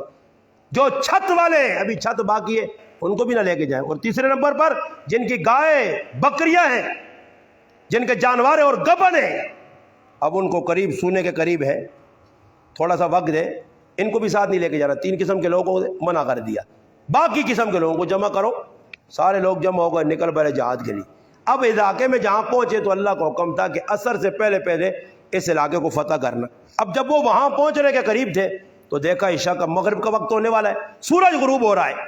تو یوشع علیہ السلام ایک واحد پیغمبر تھے جنہوں نے اشارہ کیا سورج کو، اللہ کے محبوب نے اشارہ کیا، ٹکڑے ہو گیا۔ یوشع علیہ السلام کے لیے سورج کو اللہ نے روک دیا، حکم دیا اے سورج تو اللہ کا پابند ہے، میں بھی پابند ہوں، میرے جہاد کرنے تک تو غروب نہ ہونا، جب میں جہاد کر لوں پھر غروب ہو جانا۔ اب سورج کھڑا ہو گیا، اب یوں کھڑا ہوا سورج، جہاد کیا، اللہ نے فتح دے دی۔ اور اس وقت مال غنیمت جب ملتا تھا تو استعمال میں نہیں لایا جاتا تھا، زمین پہ ایک جگہ ڈھیر کرتے، آسمان سے آگ آتی، اس کو جلا کر، حضرت آدم علیہ السلام کی شریعت میں بھی یہ تھا، آگ آ کے اس کو جلاتی، خاکستر کرتی، راکھ ہو جاتا، بس یہ قبول ہے۔ اور اگر آگ نہ جلائے تو وہ قبول نہیں ہوتا تھا۔ تو سارا مال غنیمت اکٹھا کیا، یوشع علیہ السلام نے رکھ دیا، اب بیٹھے انتظار میں، تھوڑی دیر گزری، اب آگ آئے نہ جلائے نہ، تو حضرت یوشع علیہ السلام نے کہا لگتا ہے مال میں خیانت ہوئی ہے، 2 نمبری ہوئی ہے۔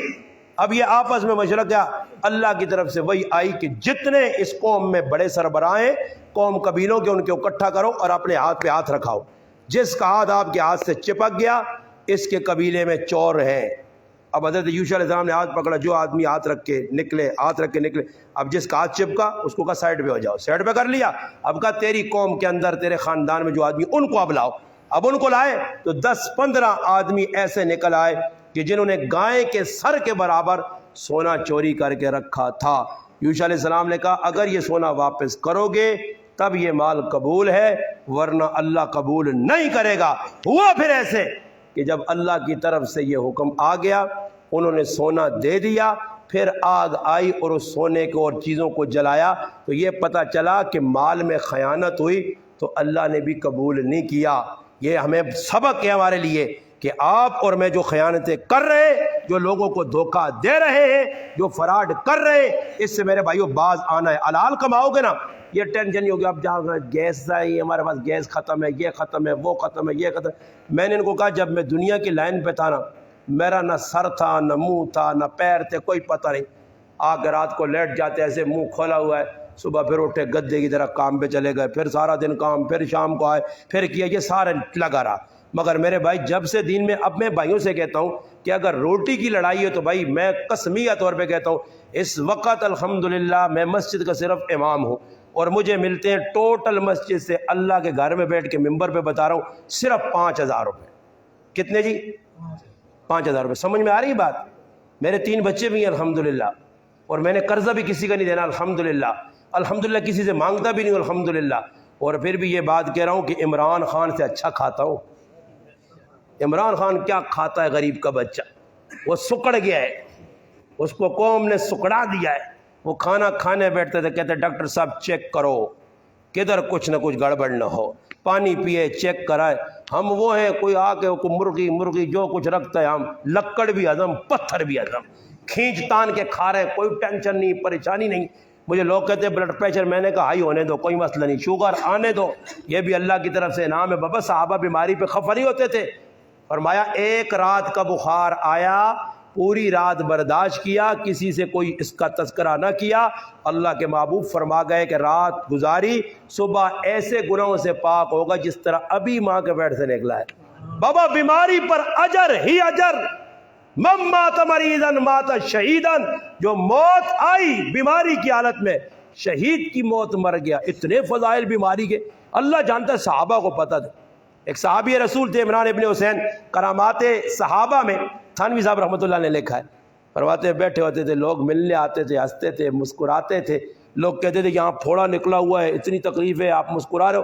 لکھا 30 سال کے قریب بیٹھے رہے بیماری میں مبتلا، کہتے تھے میں اس لیے مسکراتا ہوں جب سے بیمار ہوا ہوں یہ اللہ نے میرے اوپر احسان کیا ہے، بیماری کی نعمت پر میں اللہ کا شکر گزار ہوں، اللہ تو نے بھیجی الحمدللہ علی کل حال، راضی ہوں۔ کہتے ہیں اس کا صلہ یہ ملا کہ اللہ کے فرشتے بستر پر مسافہ کرتے ہیں، مگر ہماری سمجھ میں نہیں آتا، صحابہ کی سمجھ میں آ گیا تھا۔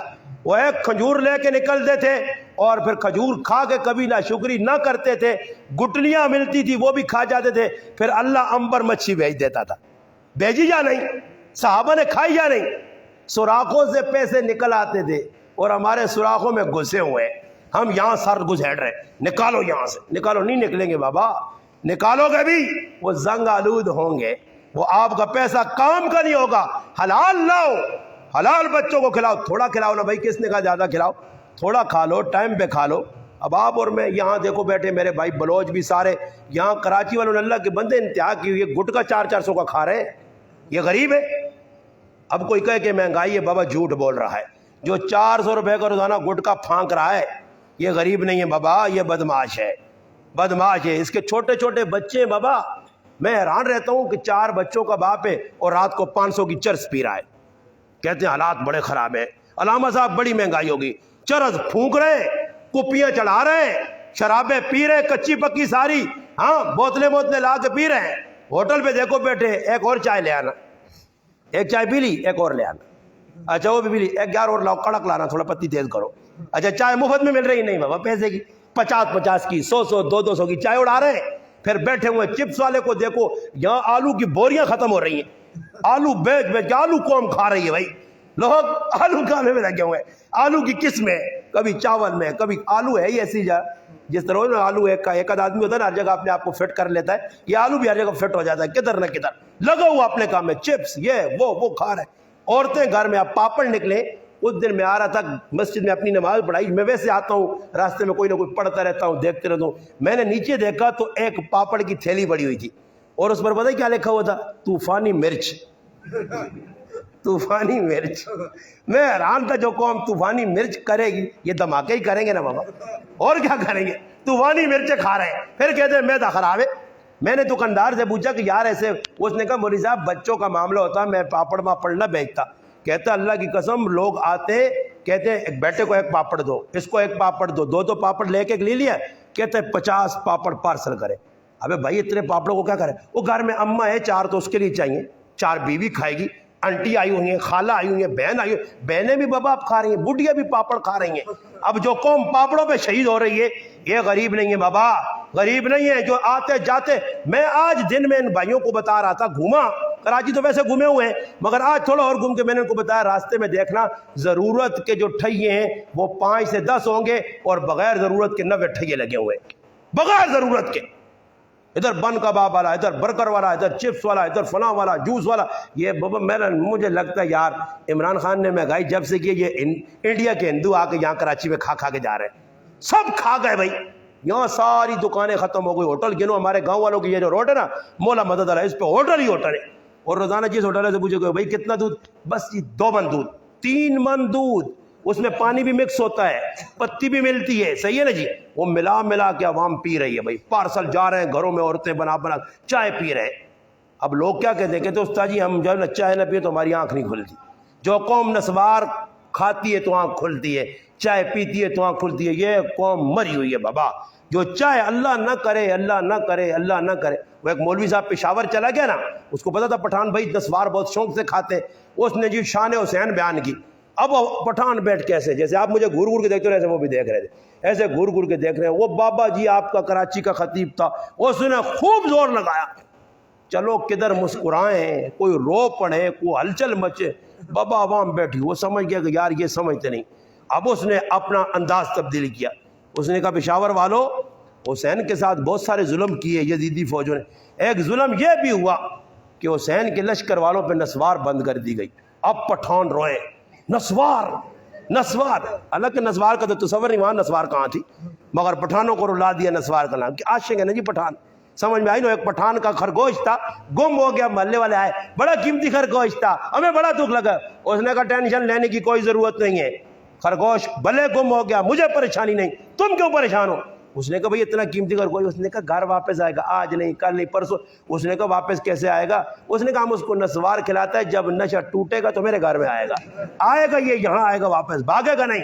نشہ، نسوار کا نشہ، فلانا کا نشہ، سگریٹ کا نشہ، اور یہ کیا گندے نشے ہیں، اس کے بغیر آدمی کا گزارا۔ میں سگریٹ نہیں پیتا ہوں، نسوار نہیں کھاتا ہوں، یہ میرے بھائی ہیں یہ نہیں کھاتے، ہم مر گئے، کھانے کے بغیر بھی گزارا ہو سکتا ہے میرے بھائی، لباس بھی اگر کمزور لباس مل گیا گزارا ہو سکتا ہے، مگر ایمان کے بغیر گزارا نہیں، یہاں بھی نہیں، قبر میں بھی نہیں، اور آخرت میں بھی نہیں۔ اس دن مجھے ایک آدمی نے، میں گیا وہاں بیان کرنے کے لیے، ہمارے قریب واقعہ علاقہ ہے، تو میں بیٹھا نا، بیان کے بعد ایک آدمی قریب ہے، مولوی صاحب ایک مسئلہ پوچھنا ہے، بتائیں۔ میں نے کہا کون سا مسئلہ؟ کہتا میں نے سنا جب آدمی مر جاتا ہے تو قبر تک جب لے جاتے ہیں، جو تھوڑے درمیان میں فاصلہ ہوتا ہے، اس سے 360 سوال ہوتے ہیں، یہ بات سچی ہے؟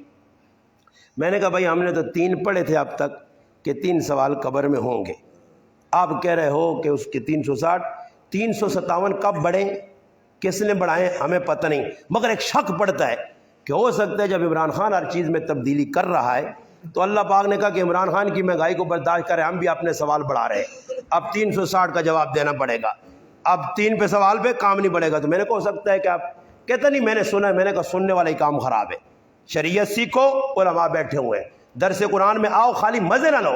ہماری مسجد کا امام صاحب، مولانا صاحب، ہماری مسجد میں امام صاحب پکا ڈیلی درد دیتے ہیں، مولانا الیاس شاہ صاحب بڑا اچھا درد دیتے ہیں۔ اچھا آپ سنتے ہیں؟ جی سنتے ہیں ماشاءاللہ۔ اب تک نہیں، داڑھی میں نہیں رکھوں گا، داڑھی نہیں، درس سنوں گا، داڑھی تو اچھا ہاں، میں پینچے جو ہے نا اوپر نہیں کروں گا ٹخنوں سے، نہیں، درس ضرور سنوں گا۔ میں ماں کو ماروں گا، درس ضرور سنوں گا، حرام کھاؤں گا، درس ضرور سنوں گا۔ یہ درس قیامت تو سنتے رہے، یہ درس تجھے کوئی فائدہ نہیں دے گا۔ صرف سننے سے فائدہ ہوتا تو پھر میرے بھائی ساری قوم سننا نہیں، اب عمل کی نیت کرو، عمل کی۔ اور نیت کیا کرنی ہے؟ جہاں کہیں بھی گناہ کا کام ہوگا اس گناہ کے کام میں مجھے الٹا لٹکا دو۔ میں نے خود کہا ہوا ہے، 13 سال مجھے ہو گئے، میں نے کہا کوئی مجھ سے اس شادی میں کوئی بڑے سے بڑا آدمی آ جائے نا، عمران خان آ جائے، میرے پاؤں پکڑے اور کہے کہ مولانا صاحب 10 منٹ کے لیے اس شادی میں شریک ہو جاؤ، مگر مجھے پتہ چلا ہو کہ رات ڈھول بجائے، میں عمران خان سے کہوں گا کہ گردن کٹ سکتی ہے مگر شادی میں شریک نہیں ہو سکتا۔ وہ اللہ کے بندو، اتنے بڑے بڑے گناہ آپ کے محلوں میں، پوری رات بلوچ ڈھولکیں بجا گئے، لوگ ڈھول بجا گئے، رات کو تارا میرا لگایا ہوا پوری رات، ہاں، اور صبح میں بیٹھ گیا دعا کریں جی اللہ برکت دے، اور رات کو ساری لعنت آتی رہی ہے، برکت کہاں سے دے اللہ؟ یہ تو پوری رات گانا جہاں بجاؤ وہاں تو اللہ کی لعنت آتی ہے، اور آتی بھی تھوک کے حساب سے اکٹھی، موزلہ دار بارش آتی ہے، ایسے موزلہ دار لعنت کھینچتے ہیں ڈھول جہاں ہوگا۔ نبی علیہ السلام نے فرمایا 2 موزی آوازیں، لعنت کھینچنے والی آوازیں کون سی ہیں؟ میں اپنی بات نہیں کر رہا، فرمایا ایک نوحہ، کسی کے مرنے پہ بین، وہ بین نہیں کرتی عورتیں، رونا وونا نہیں آتا ہے، یہ روتی ہوتی نہیں ہے، آپ نے دیکھو گا کبھی ٹرائی کر لینا، رونا نہیں آتا۔ میری والدہ کہتی ہے گھر میں گئی، ایک عورت نے کھڑے ہو کو ایسا بین کیا، ساری عورتیں رو رہی ہیں، ساری رو رہی ہیں، کہتی ہیں بابو کسی آنسو لے کر، کہتا میرے ساتھ ایک عورت بیٹھی ہوئی تھی، وہ اس نے دیکھا یار سارا مجمع رو رہا ہے، میرے آنسو نہیں نکل رہے، اب میں کیا کروں؟ کہتی ہے اس نے وہ جو پردہ تھا نا اس کو ایسے کیا اور تھوک لگا کے آنکھوں میں لگایا کہ چلو کچھ تو کچھ انگلی کٹا کے شہیدوں میں ہمارا نام بھی لکھا جائے۔ روتے ووتے نہیں ہیں وہ بابا، یہاں میں نے کراچی میں اپنے علاقے میں دیکھا، باپ مر گیا، بھائی مر گیا، یہ تماشے کھڑے ہوئے دیکھ رہے، کبھی آنکھ سے آنسو نہیں نکلا، غم نہیں کیا، غم جس چیز کا نام ہے، باقی فضول بیٹھ جائیں گے، یہاں ٹینٹ لگاؤں 3 دن، بھائی کیا کر رہے ہو؟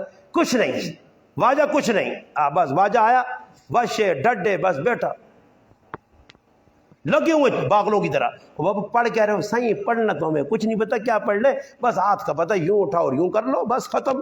اور جو مر رہا ہے وہ کیا کر رہا ہے؟ وہ وہاں کھو جائے گا، وہ کہو شرم کرو، بغیر تو یہاں چائے پی رہے ہو تم اور میں وہاں پھنسا ہوا ہوں، اور مجھے نکالو، کوئی پڑھو، اللہ کے بندو پڑھنا آتا نہیں ہے۔ یہاں لوگ بیٹھیں گے خواہ مخواہ ہاتھ اٹھاتے، اور اگر آپ میں سے آپ بھی جاتے ہو تعزیت میں یہاں لوگوں کے گھروں میں نا، تو میں آپ سے پوچھتا ہوں، چلو کراچی والوں آپ بڑے بیدار لوگوں کو، آپ میں سے ایسا آدمی ہے مسلمان جو کھڑا ہو کے مجھے بتائے کہ کسی کے گھر میں تعزیت کے لیے جاؤ تو ہاتھ اٹھا کے کیا پڑھنا چاہیے؟ اور آپ اگر بتاؤ گے تو پھر میں یہ پوچھوں گا کس جگہ لکھا ہوا کیسے پڑھنا چاہیے؟ ہے ہی نہیں شریعت میں یہ کام، اور آپ جا رہے ہو خواہ مخواہ۔ اب جنازہ کسی سے پوچھ لو نا، آپ جنازہ کون کون پڑھتے ہیں آپ میں؟ چلو 1-2 باتیں کر کے بعد دعا کر لیں۔ نہیں سارے ہاتھ اٹھاؤ بابا، سارے جنازہ پڑھتے ہو نا۔ اب میں جو سوال کرنے جا رہا ہوں نا یہ بڑا مشکل ہے، بڑا مشکل۔ اب دیکھو آپ بیدار لوگ ہو، بیدار رہو، میں مسئلہ بتا بھی دوں گا۔ اگر اللہ نہ کرے آپ یہاں لیاری میں کہیں بھی انتقال کسی کو ہو گیا، جنازے میں آئے 50 صفیں بنی ہیں، 10 صفیں بن جاتی ہیں، رش لگ جاتا ہے، بڑے لوگوں کے بڑے جنازے ہوتے ہیں، دینداروں کو بھی بڑے ہوتے ہیں۔ اللہ نہ کرے امام صاحب غلام مصطفیٰ صاحب ہے، مسئلہ آپ کے متعلق ہے، ان کو میں نے پیش کیا. یہ مصلی پہ کھڑے ہو گئے. اب آپ پہلی صف میں کھڑے ہوئے، پیچھے 50 صفیں ہیں، پانی کا انتظام بھی نہیں ہے، باہر بھی نہیں جا سکتے. اگر دوران جنازہ وضو ٹوٹ گیا، وضو ٹوٹ گیا، ٹوٹتا ہے بھائی؟ نہیں، اب لوگوں کے پکے وضو اب تو نہیں ٹوٹتے. بڑے مجموع میں لوگ ہو گئے، اب نہیں ٹوٹتے بابا. وہ پہلے لوگ تھے جن کے ٹوٹ جاتے تھے، اب مضبوط لوگ ہیں، ان کے نہیں ٹوٹتے. ان کے ٹوٹتے کب کیوں نہیں ہیں؟ ان کے ٹوٹتے کب کے کیوں نہیں ہیں؟ یہ کرتے ہی وضو نہیں ہے. یہ کہتے خیر ہے حاجی صاحب کا جنازہ بڈھا آدمی تھا، بغیر وضو کے پڑھ لو، کوئی بات نہیں ہے. اور سارے وضو والے تھوڑے، ان کے بوٹ چھوٹ اتنے پہنے ہوتے ہیں، یہ کہاں وضو کریں گے؟ یہ تو وہاں سے آئے، گاڑی سے اترے، 2-4 پائی ان کے ساتھ گن مین، 2-4 مسٹنڈے، اور مسٹنڈوں نے بھی وضو نہیں کیا. حاجی صاحب نے کہا اللہ اکبر، کھڑے ہو. اور پڑھنا کیا ہے یہ کچھ نہیں پتا. میں کہتا ہوں ان کے لیے ڈنڈا ہونا چاہیے. امام صاحب جنازہ سائڈ پہ رکھے اور ڈنڈا لے کے پورا ادھر سے شروع کر. حضرت عمر کا کردار ہو، چل بھائی جنازہ وضو کیا ہے، وضو سب سے پوچھو، وضو کا آپ پوچھو. مسائل یہ ہیں، وضو بغیر وضو کے جنازہ نہیں ہوتا. ایک آدمی نے کہا منڈی بہاؤدین میں ہمارا ایک بچہ مر گیا، ایک آدمی آج جنازے میں شریک ہو گیا. ساتھی نے پوچھا صاحب آپ نے وضو نہیں کیا؟ ابے بچہ تھا، بغیر وضو کے جنازہ ہو جاتا ہے. یہ کس نے بتایا تمہیں کہ وضو کرنا چاہیے؟ پتہ ہی نہیں ہے. اور یہ اگر میرا بھائی وضو ٹوٹ گیا، سوال ہے نا ایک، وضو ٹوٹ سکتا ہے. اب آپ باہر بھی نہیں جا سکتے، اب آپ وضو بھی نہیں کر سکتے، پانی بھی موجود نہیں ہے، بغیر وضو کے جنازہ بھی. اب کیا کرنا چاہیے میرے بھائی؟ نہیں بولتے ہو، زور سے بولو یار. پیچھے والو کوئی پتہ ہے؟ چلو آج بتا دو. اگر نہ ہو میرے بھائی، ایسے ہو بھی جاتا ہے، نہیں بھی ہوتا، مگر ہو تو میرے بھائی پھر شریعت کہتی ہے اب پانی نہیں ہے، پیچھے نہیں جا سکتے، جنازہ بھی نہ چھوٹے، تو اب آپ تیمم کر لو، تیمم کر لو. یہ میں نے پہلے مسئلہ بتایا. ایک مسئلہ تو یہ ہے. دوسرا مسئلہ کہ جنازے کے اندر جو آپ تکبیرات کہتے ہیں 4، یہ فرض عین ہے. ایک تکبیر چھوٹ گئی جنازہ، اب ہوتا کیا ہے، جنازہ کھڑا ہوا ہے، 2 تکبیریں ہو گئی، پیچھے سے آ گئے لالا لوگ، امام نے سلام، یہ امام کے امام سے پہلے. ابے بھائی تیری تو تکبیریں رہتی تھیں، اسے پتہ ہی نہیں تکبیریں رہتی ہیں، کرنا کیا ہے. میں نے ایک آدمی سے پوچھا کہ بھئی آپ تکبیر 2 رہتی تھیں، آپ نے تکبیر نہ پڑھی نہیں، جنازہ کیسے پڑھ لیا؟ کہتے مولوی صاحب مجھے تو نہیں پتہ ہے کیا کرنا چاہیے تھا. پتہ نہیں ہے، اب بتاتا ہوں میں کیا کرنا چاہیے. بابا آپ کھڑے ہو گئے، جنازہ پڑھ رہے ہیں، تکبیریں 2 چھوٹ گئی، 3 چھوٹ گئی، 4 چھوٹ گئی، آخری تکبیر پہ پہنچ گئے، چوتھی پہ پہنچے، 3 رہ گئی، 2 رہ گئی. اب سلام پھیرا، ابھی آپ کی 2 تکبیریں باقی ہیں، جنازہ آپ کا مکمل نہیں، ان کا مکمل ہو گیا جو شروع میں آئے. اب آپ کو کیا کرنا ہے؟ آپ کو یہ کرنا ہے میرا بھائی کراچی والو، لیاری والو، آپ کو یہ کرنا ہے کہ یوں ہی امام سلام پھیرے، آپ کھڑے کھڑے جو تکبیریں رہ گئی 2 رہ گئی، اللہ اکبر اللہ اکبر کہہ کے دونوں طرف سلام پھیر دو، آپ کا جنازہ ہو جائے گا. کیوں جی مسئلہ یہی ہے. آپ کو پتا تھا پہلے مسئلہ؟ نہیں پتا تو آج پتا چل گیا نا. آئندہ یہ غلطی نہیں کرنی، ورنہ جنازہ یہاں سے کرنگی چلے گئے، یہاں سے اورنگی ٹون چلے گئے، یہاں سے کدھر کدھر نکل گئے، اور مسئلہ نہیں پتا تھا، جنازہ ہوا ہی آپ کریں، جانے کا فائدہ. اس لیے جنازہ سیکھو. جنازہ میں حل کی بات کر رہا ہوں. اب نماز پہ آؤں تو پھر اور مجھے 2 گھنٹے چاہیے. نماز کے مسائل بھی ہمیں نہیں پتا، ہمیں جنازے تک کا نہیں پتا. اور یہ بات بھی علماء نے لکھی ہے کہ جنازے میں آؤ تو آتے ہوئے جنازے میں شامل کیسے ہونا ہے، نکلنا کیسے. اب امام ہے جنازہ پڑھا رہا ہے، اگر وہ 4 تکبیروں کے بجائے 5 کہہ گیا، 4 میں آپ اس کے ساتھ ہو، 5ویں میں آپ نے اس کا ساتھ نہیں دینا، بس 4 میں آپ ساتھ ہو. اگر 5 پڑھ کے یہ سلام پھیرے جنازہ ہو جائے گا، مگر 3 پڑھ کے پھیرے نہیں ہوگا، جگہ پہ ہی گھوم کے چوتھی پڑھے گا پھر جنازہ ہوگا. کراچی والوں اتنا تو سیکھو یار، کراچی تو بیدار لوگوں کا شہر ہے. کہتے ہیں کراچی میں بڑے پڑھے لکھے لوگ ہیں. ہم تو دیہات والوں کو الحمدللہ اتنا سلجھا دیے کہ ان کو بتا دیے کہ یہ کرو. آپ بھی سیکھو، جنازہ ہی سیکھ لو، کم از کم جنازے کے مسائل سیکھ لو. اب دیکھو جوتا پہن کے بھی جنازہ ہوتا ہے، اس کے بھی 3 طریقے علماء نے لکھے. پہلا طریقہ کیا ہے؟ جوتا اچھا ہے، زبردست ہے، پاک ہے، اوپر نیچے سے صاف ہے، موزے اچھے والے، جوتا پہن کے پڑھ لو، ہو جائے گا. اگر آپ کا جوتا نیچے سے خراب ہے، اوپر سے پاک ہے، جوتا نکالو، جوتے پہ پاؤں رکھو، جنازہ ہو جائے گا. جوتا ہے ہی بالکل خراب ہے، اوپر نیچے سے گندگی نجاست پلیتی لگ سکتی ہے، اب اس کو نکالو، ننگے پاؤں پڑھ لو. ایسے ہی سلام پھیرنے کے بارے میں خلاصۃ الفتاوی میں لکھا ہے کہ سلام پھیرنے کا اولا طریقہ کیا ہے؟ جب آخری تکبیر ہو جائے تو ہاتھ چھوڑ کے دونوں طرف سلام پھیرو، یہ افضل طریقہ ہے. اگر یہ نہ ہو تو پھر دوسرا طریقہ ہے، دائیں طرف سلام دائیں ہاتھ، بائیں طرف سلام بائیں ہاتھ. تیسرا طریقہ ہاتھ بندھے ہوئے دونوں طرف سلام پھیرو. تینوں طریقے صحیح ہیں، مگر جو افضل ہے آپ کو وہ کرنا ہے. بات سمجھ آئی ہے؟ آپ کو اس لیے سمجھا رہا ہوں، یہ تو صرف میں نے چند باتیں کی ہیں، بہت سارے مسائل ہیں، آپ اپنے علماء سے سیکھو، اور یہ جب سیکھو گے شریعت تو پھر شریعت گھر میں آئے گی، بیوی بچوں میں آئے گی، کردار آپ کا اچھا ہوگا، مسائل آپ کے سلجھیں گے، امن سکون آپ کے گھر میں، تھوڑے میں اللہ برکت ڈالے گا، ورنہ میرے بھائی برکت نہیں۔ اب نماز ہم پڑھ رہے ہیں، نماز کے مسائل ہمیں پتہ نہیں، اور ایک مسئلہ اور سنتے جائیں، مقتدی 3 قسم کے، آپ کے پیچھے مولانا صاحب کی نماز پڑھی، مدرک 1، لاحق 2، مسبوق 3، کیوں جی یہی مقتدی ہیں، چوتھا تو مقتدی نہیں، شاہ صاحب 3 ہی مقتدی ہیں جی، ہاں جی 3 مقتدی، شاہ صاحب کہہ رہے 3 ہی ہوتے ہیں، چوتھا مقتدی نہیں۔ اب مسبوق کون ہے، مدرک کون ہے، لاحق کون ہے؟ چلو جی آ گیا، شروع میں امام سے مل گیا، یہ ابتدا میں آیا مدرک، جس کو نماز کے درمیان میں کوئی بھول ہو گئی، وضو ٹوٹ گیا، کوئی ایسا کوئی مسئلہ شریعت کے خلاف ہو گیا، یہ وضو ٹوٹنے والا، سونے والا، یہ لاحق ہے۔ اور مسبوق اس کو کہتے ہیں جو بعد میں آتا ہے، جس کی 1 رکعت 2 رکعت یا 3 رکعت رہ جاتی ہیں۔ یہ مسئلہ سمجھو، یہاں اکثر الفتاوی اٹھا لیں اور فتاوی عباد الرحمن، دیگر بھی فتاوی جات میں علماء نے یہ مسئلہ لکھا ہے کہ اگر کسی آدمی کی 1 رکعت رہتی ہے، 2 رہتی ہیں، مثال دیتا ہوں، غلام مصطفیٰ فاروقی صاحب نماز پڑھا رہے ہیں، یہ بھائی ہمارے نماز پڑھ رہے ہیں، ان کی 1 رکعت رہ گئی، اب اگر امام صاحب بھول گیا کوئی ایسا عمل جس میں سجدہ سہو لازمی ہے، واجب چھوٹ گیا، تقدیم تاخیر ہو گئی، اور اب اس پر لازم ہے کہ سجدہ سہو کرے، تو سجدہ سہو جب یہ کرے گا امام صاحب، تو آپ جتنے بھائی شروع سے آئے وہ تو سجدے میں بھی اس کے ساتھ، سلام میں بھی اس کے ساتھ، مگر جو پیچھے مسبوق ہے جس کی 1-2 رکعتیں رہتی ہیں، یہ سجدہ اس کے ساتھ کرے گا، سلام ان کے ساتھ، اگر سلام پھیرا تو اس کی نماز چھٹی ہو گئی۔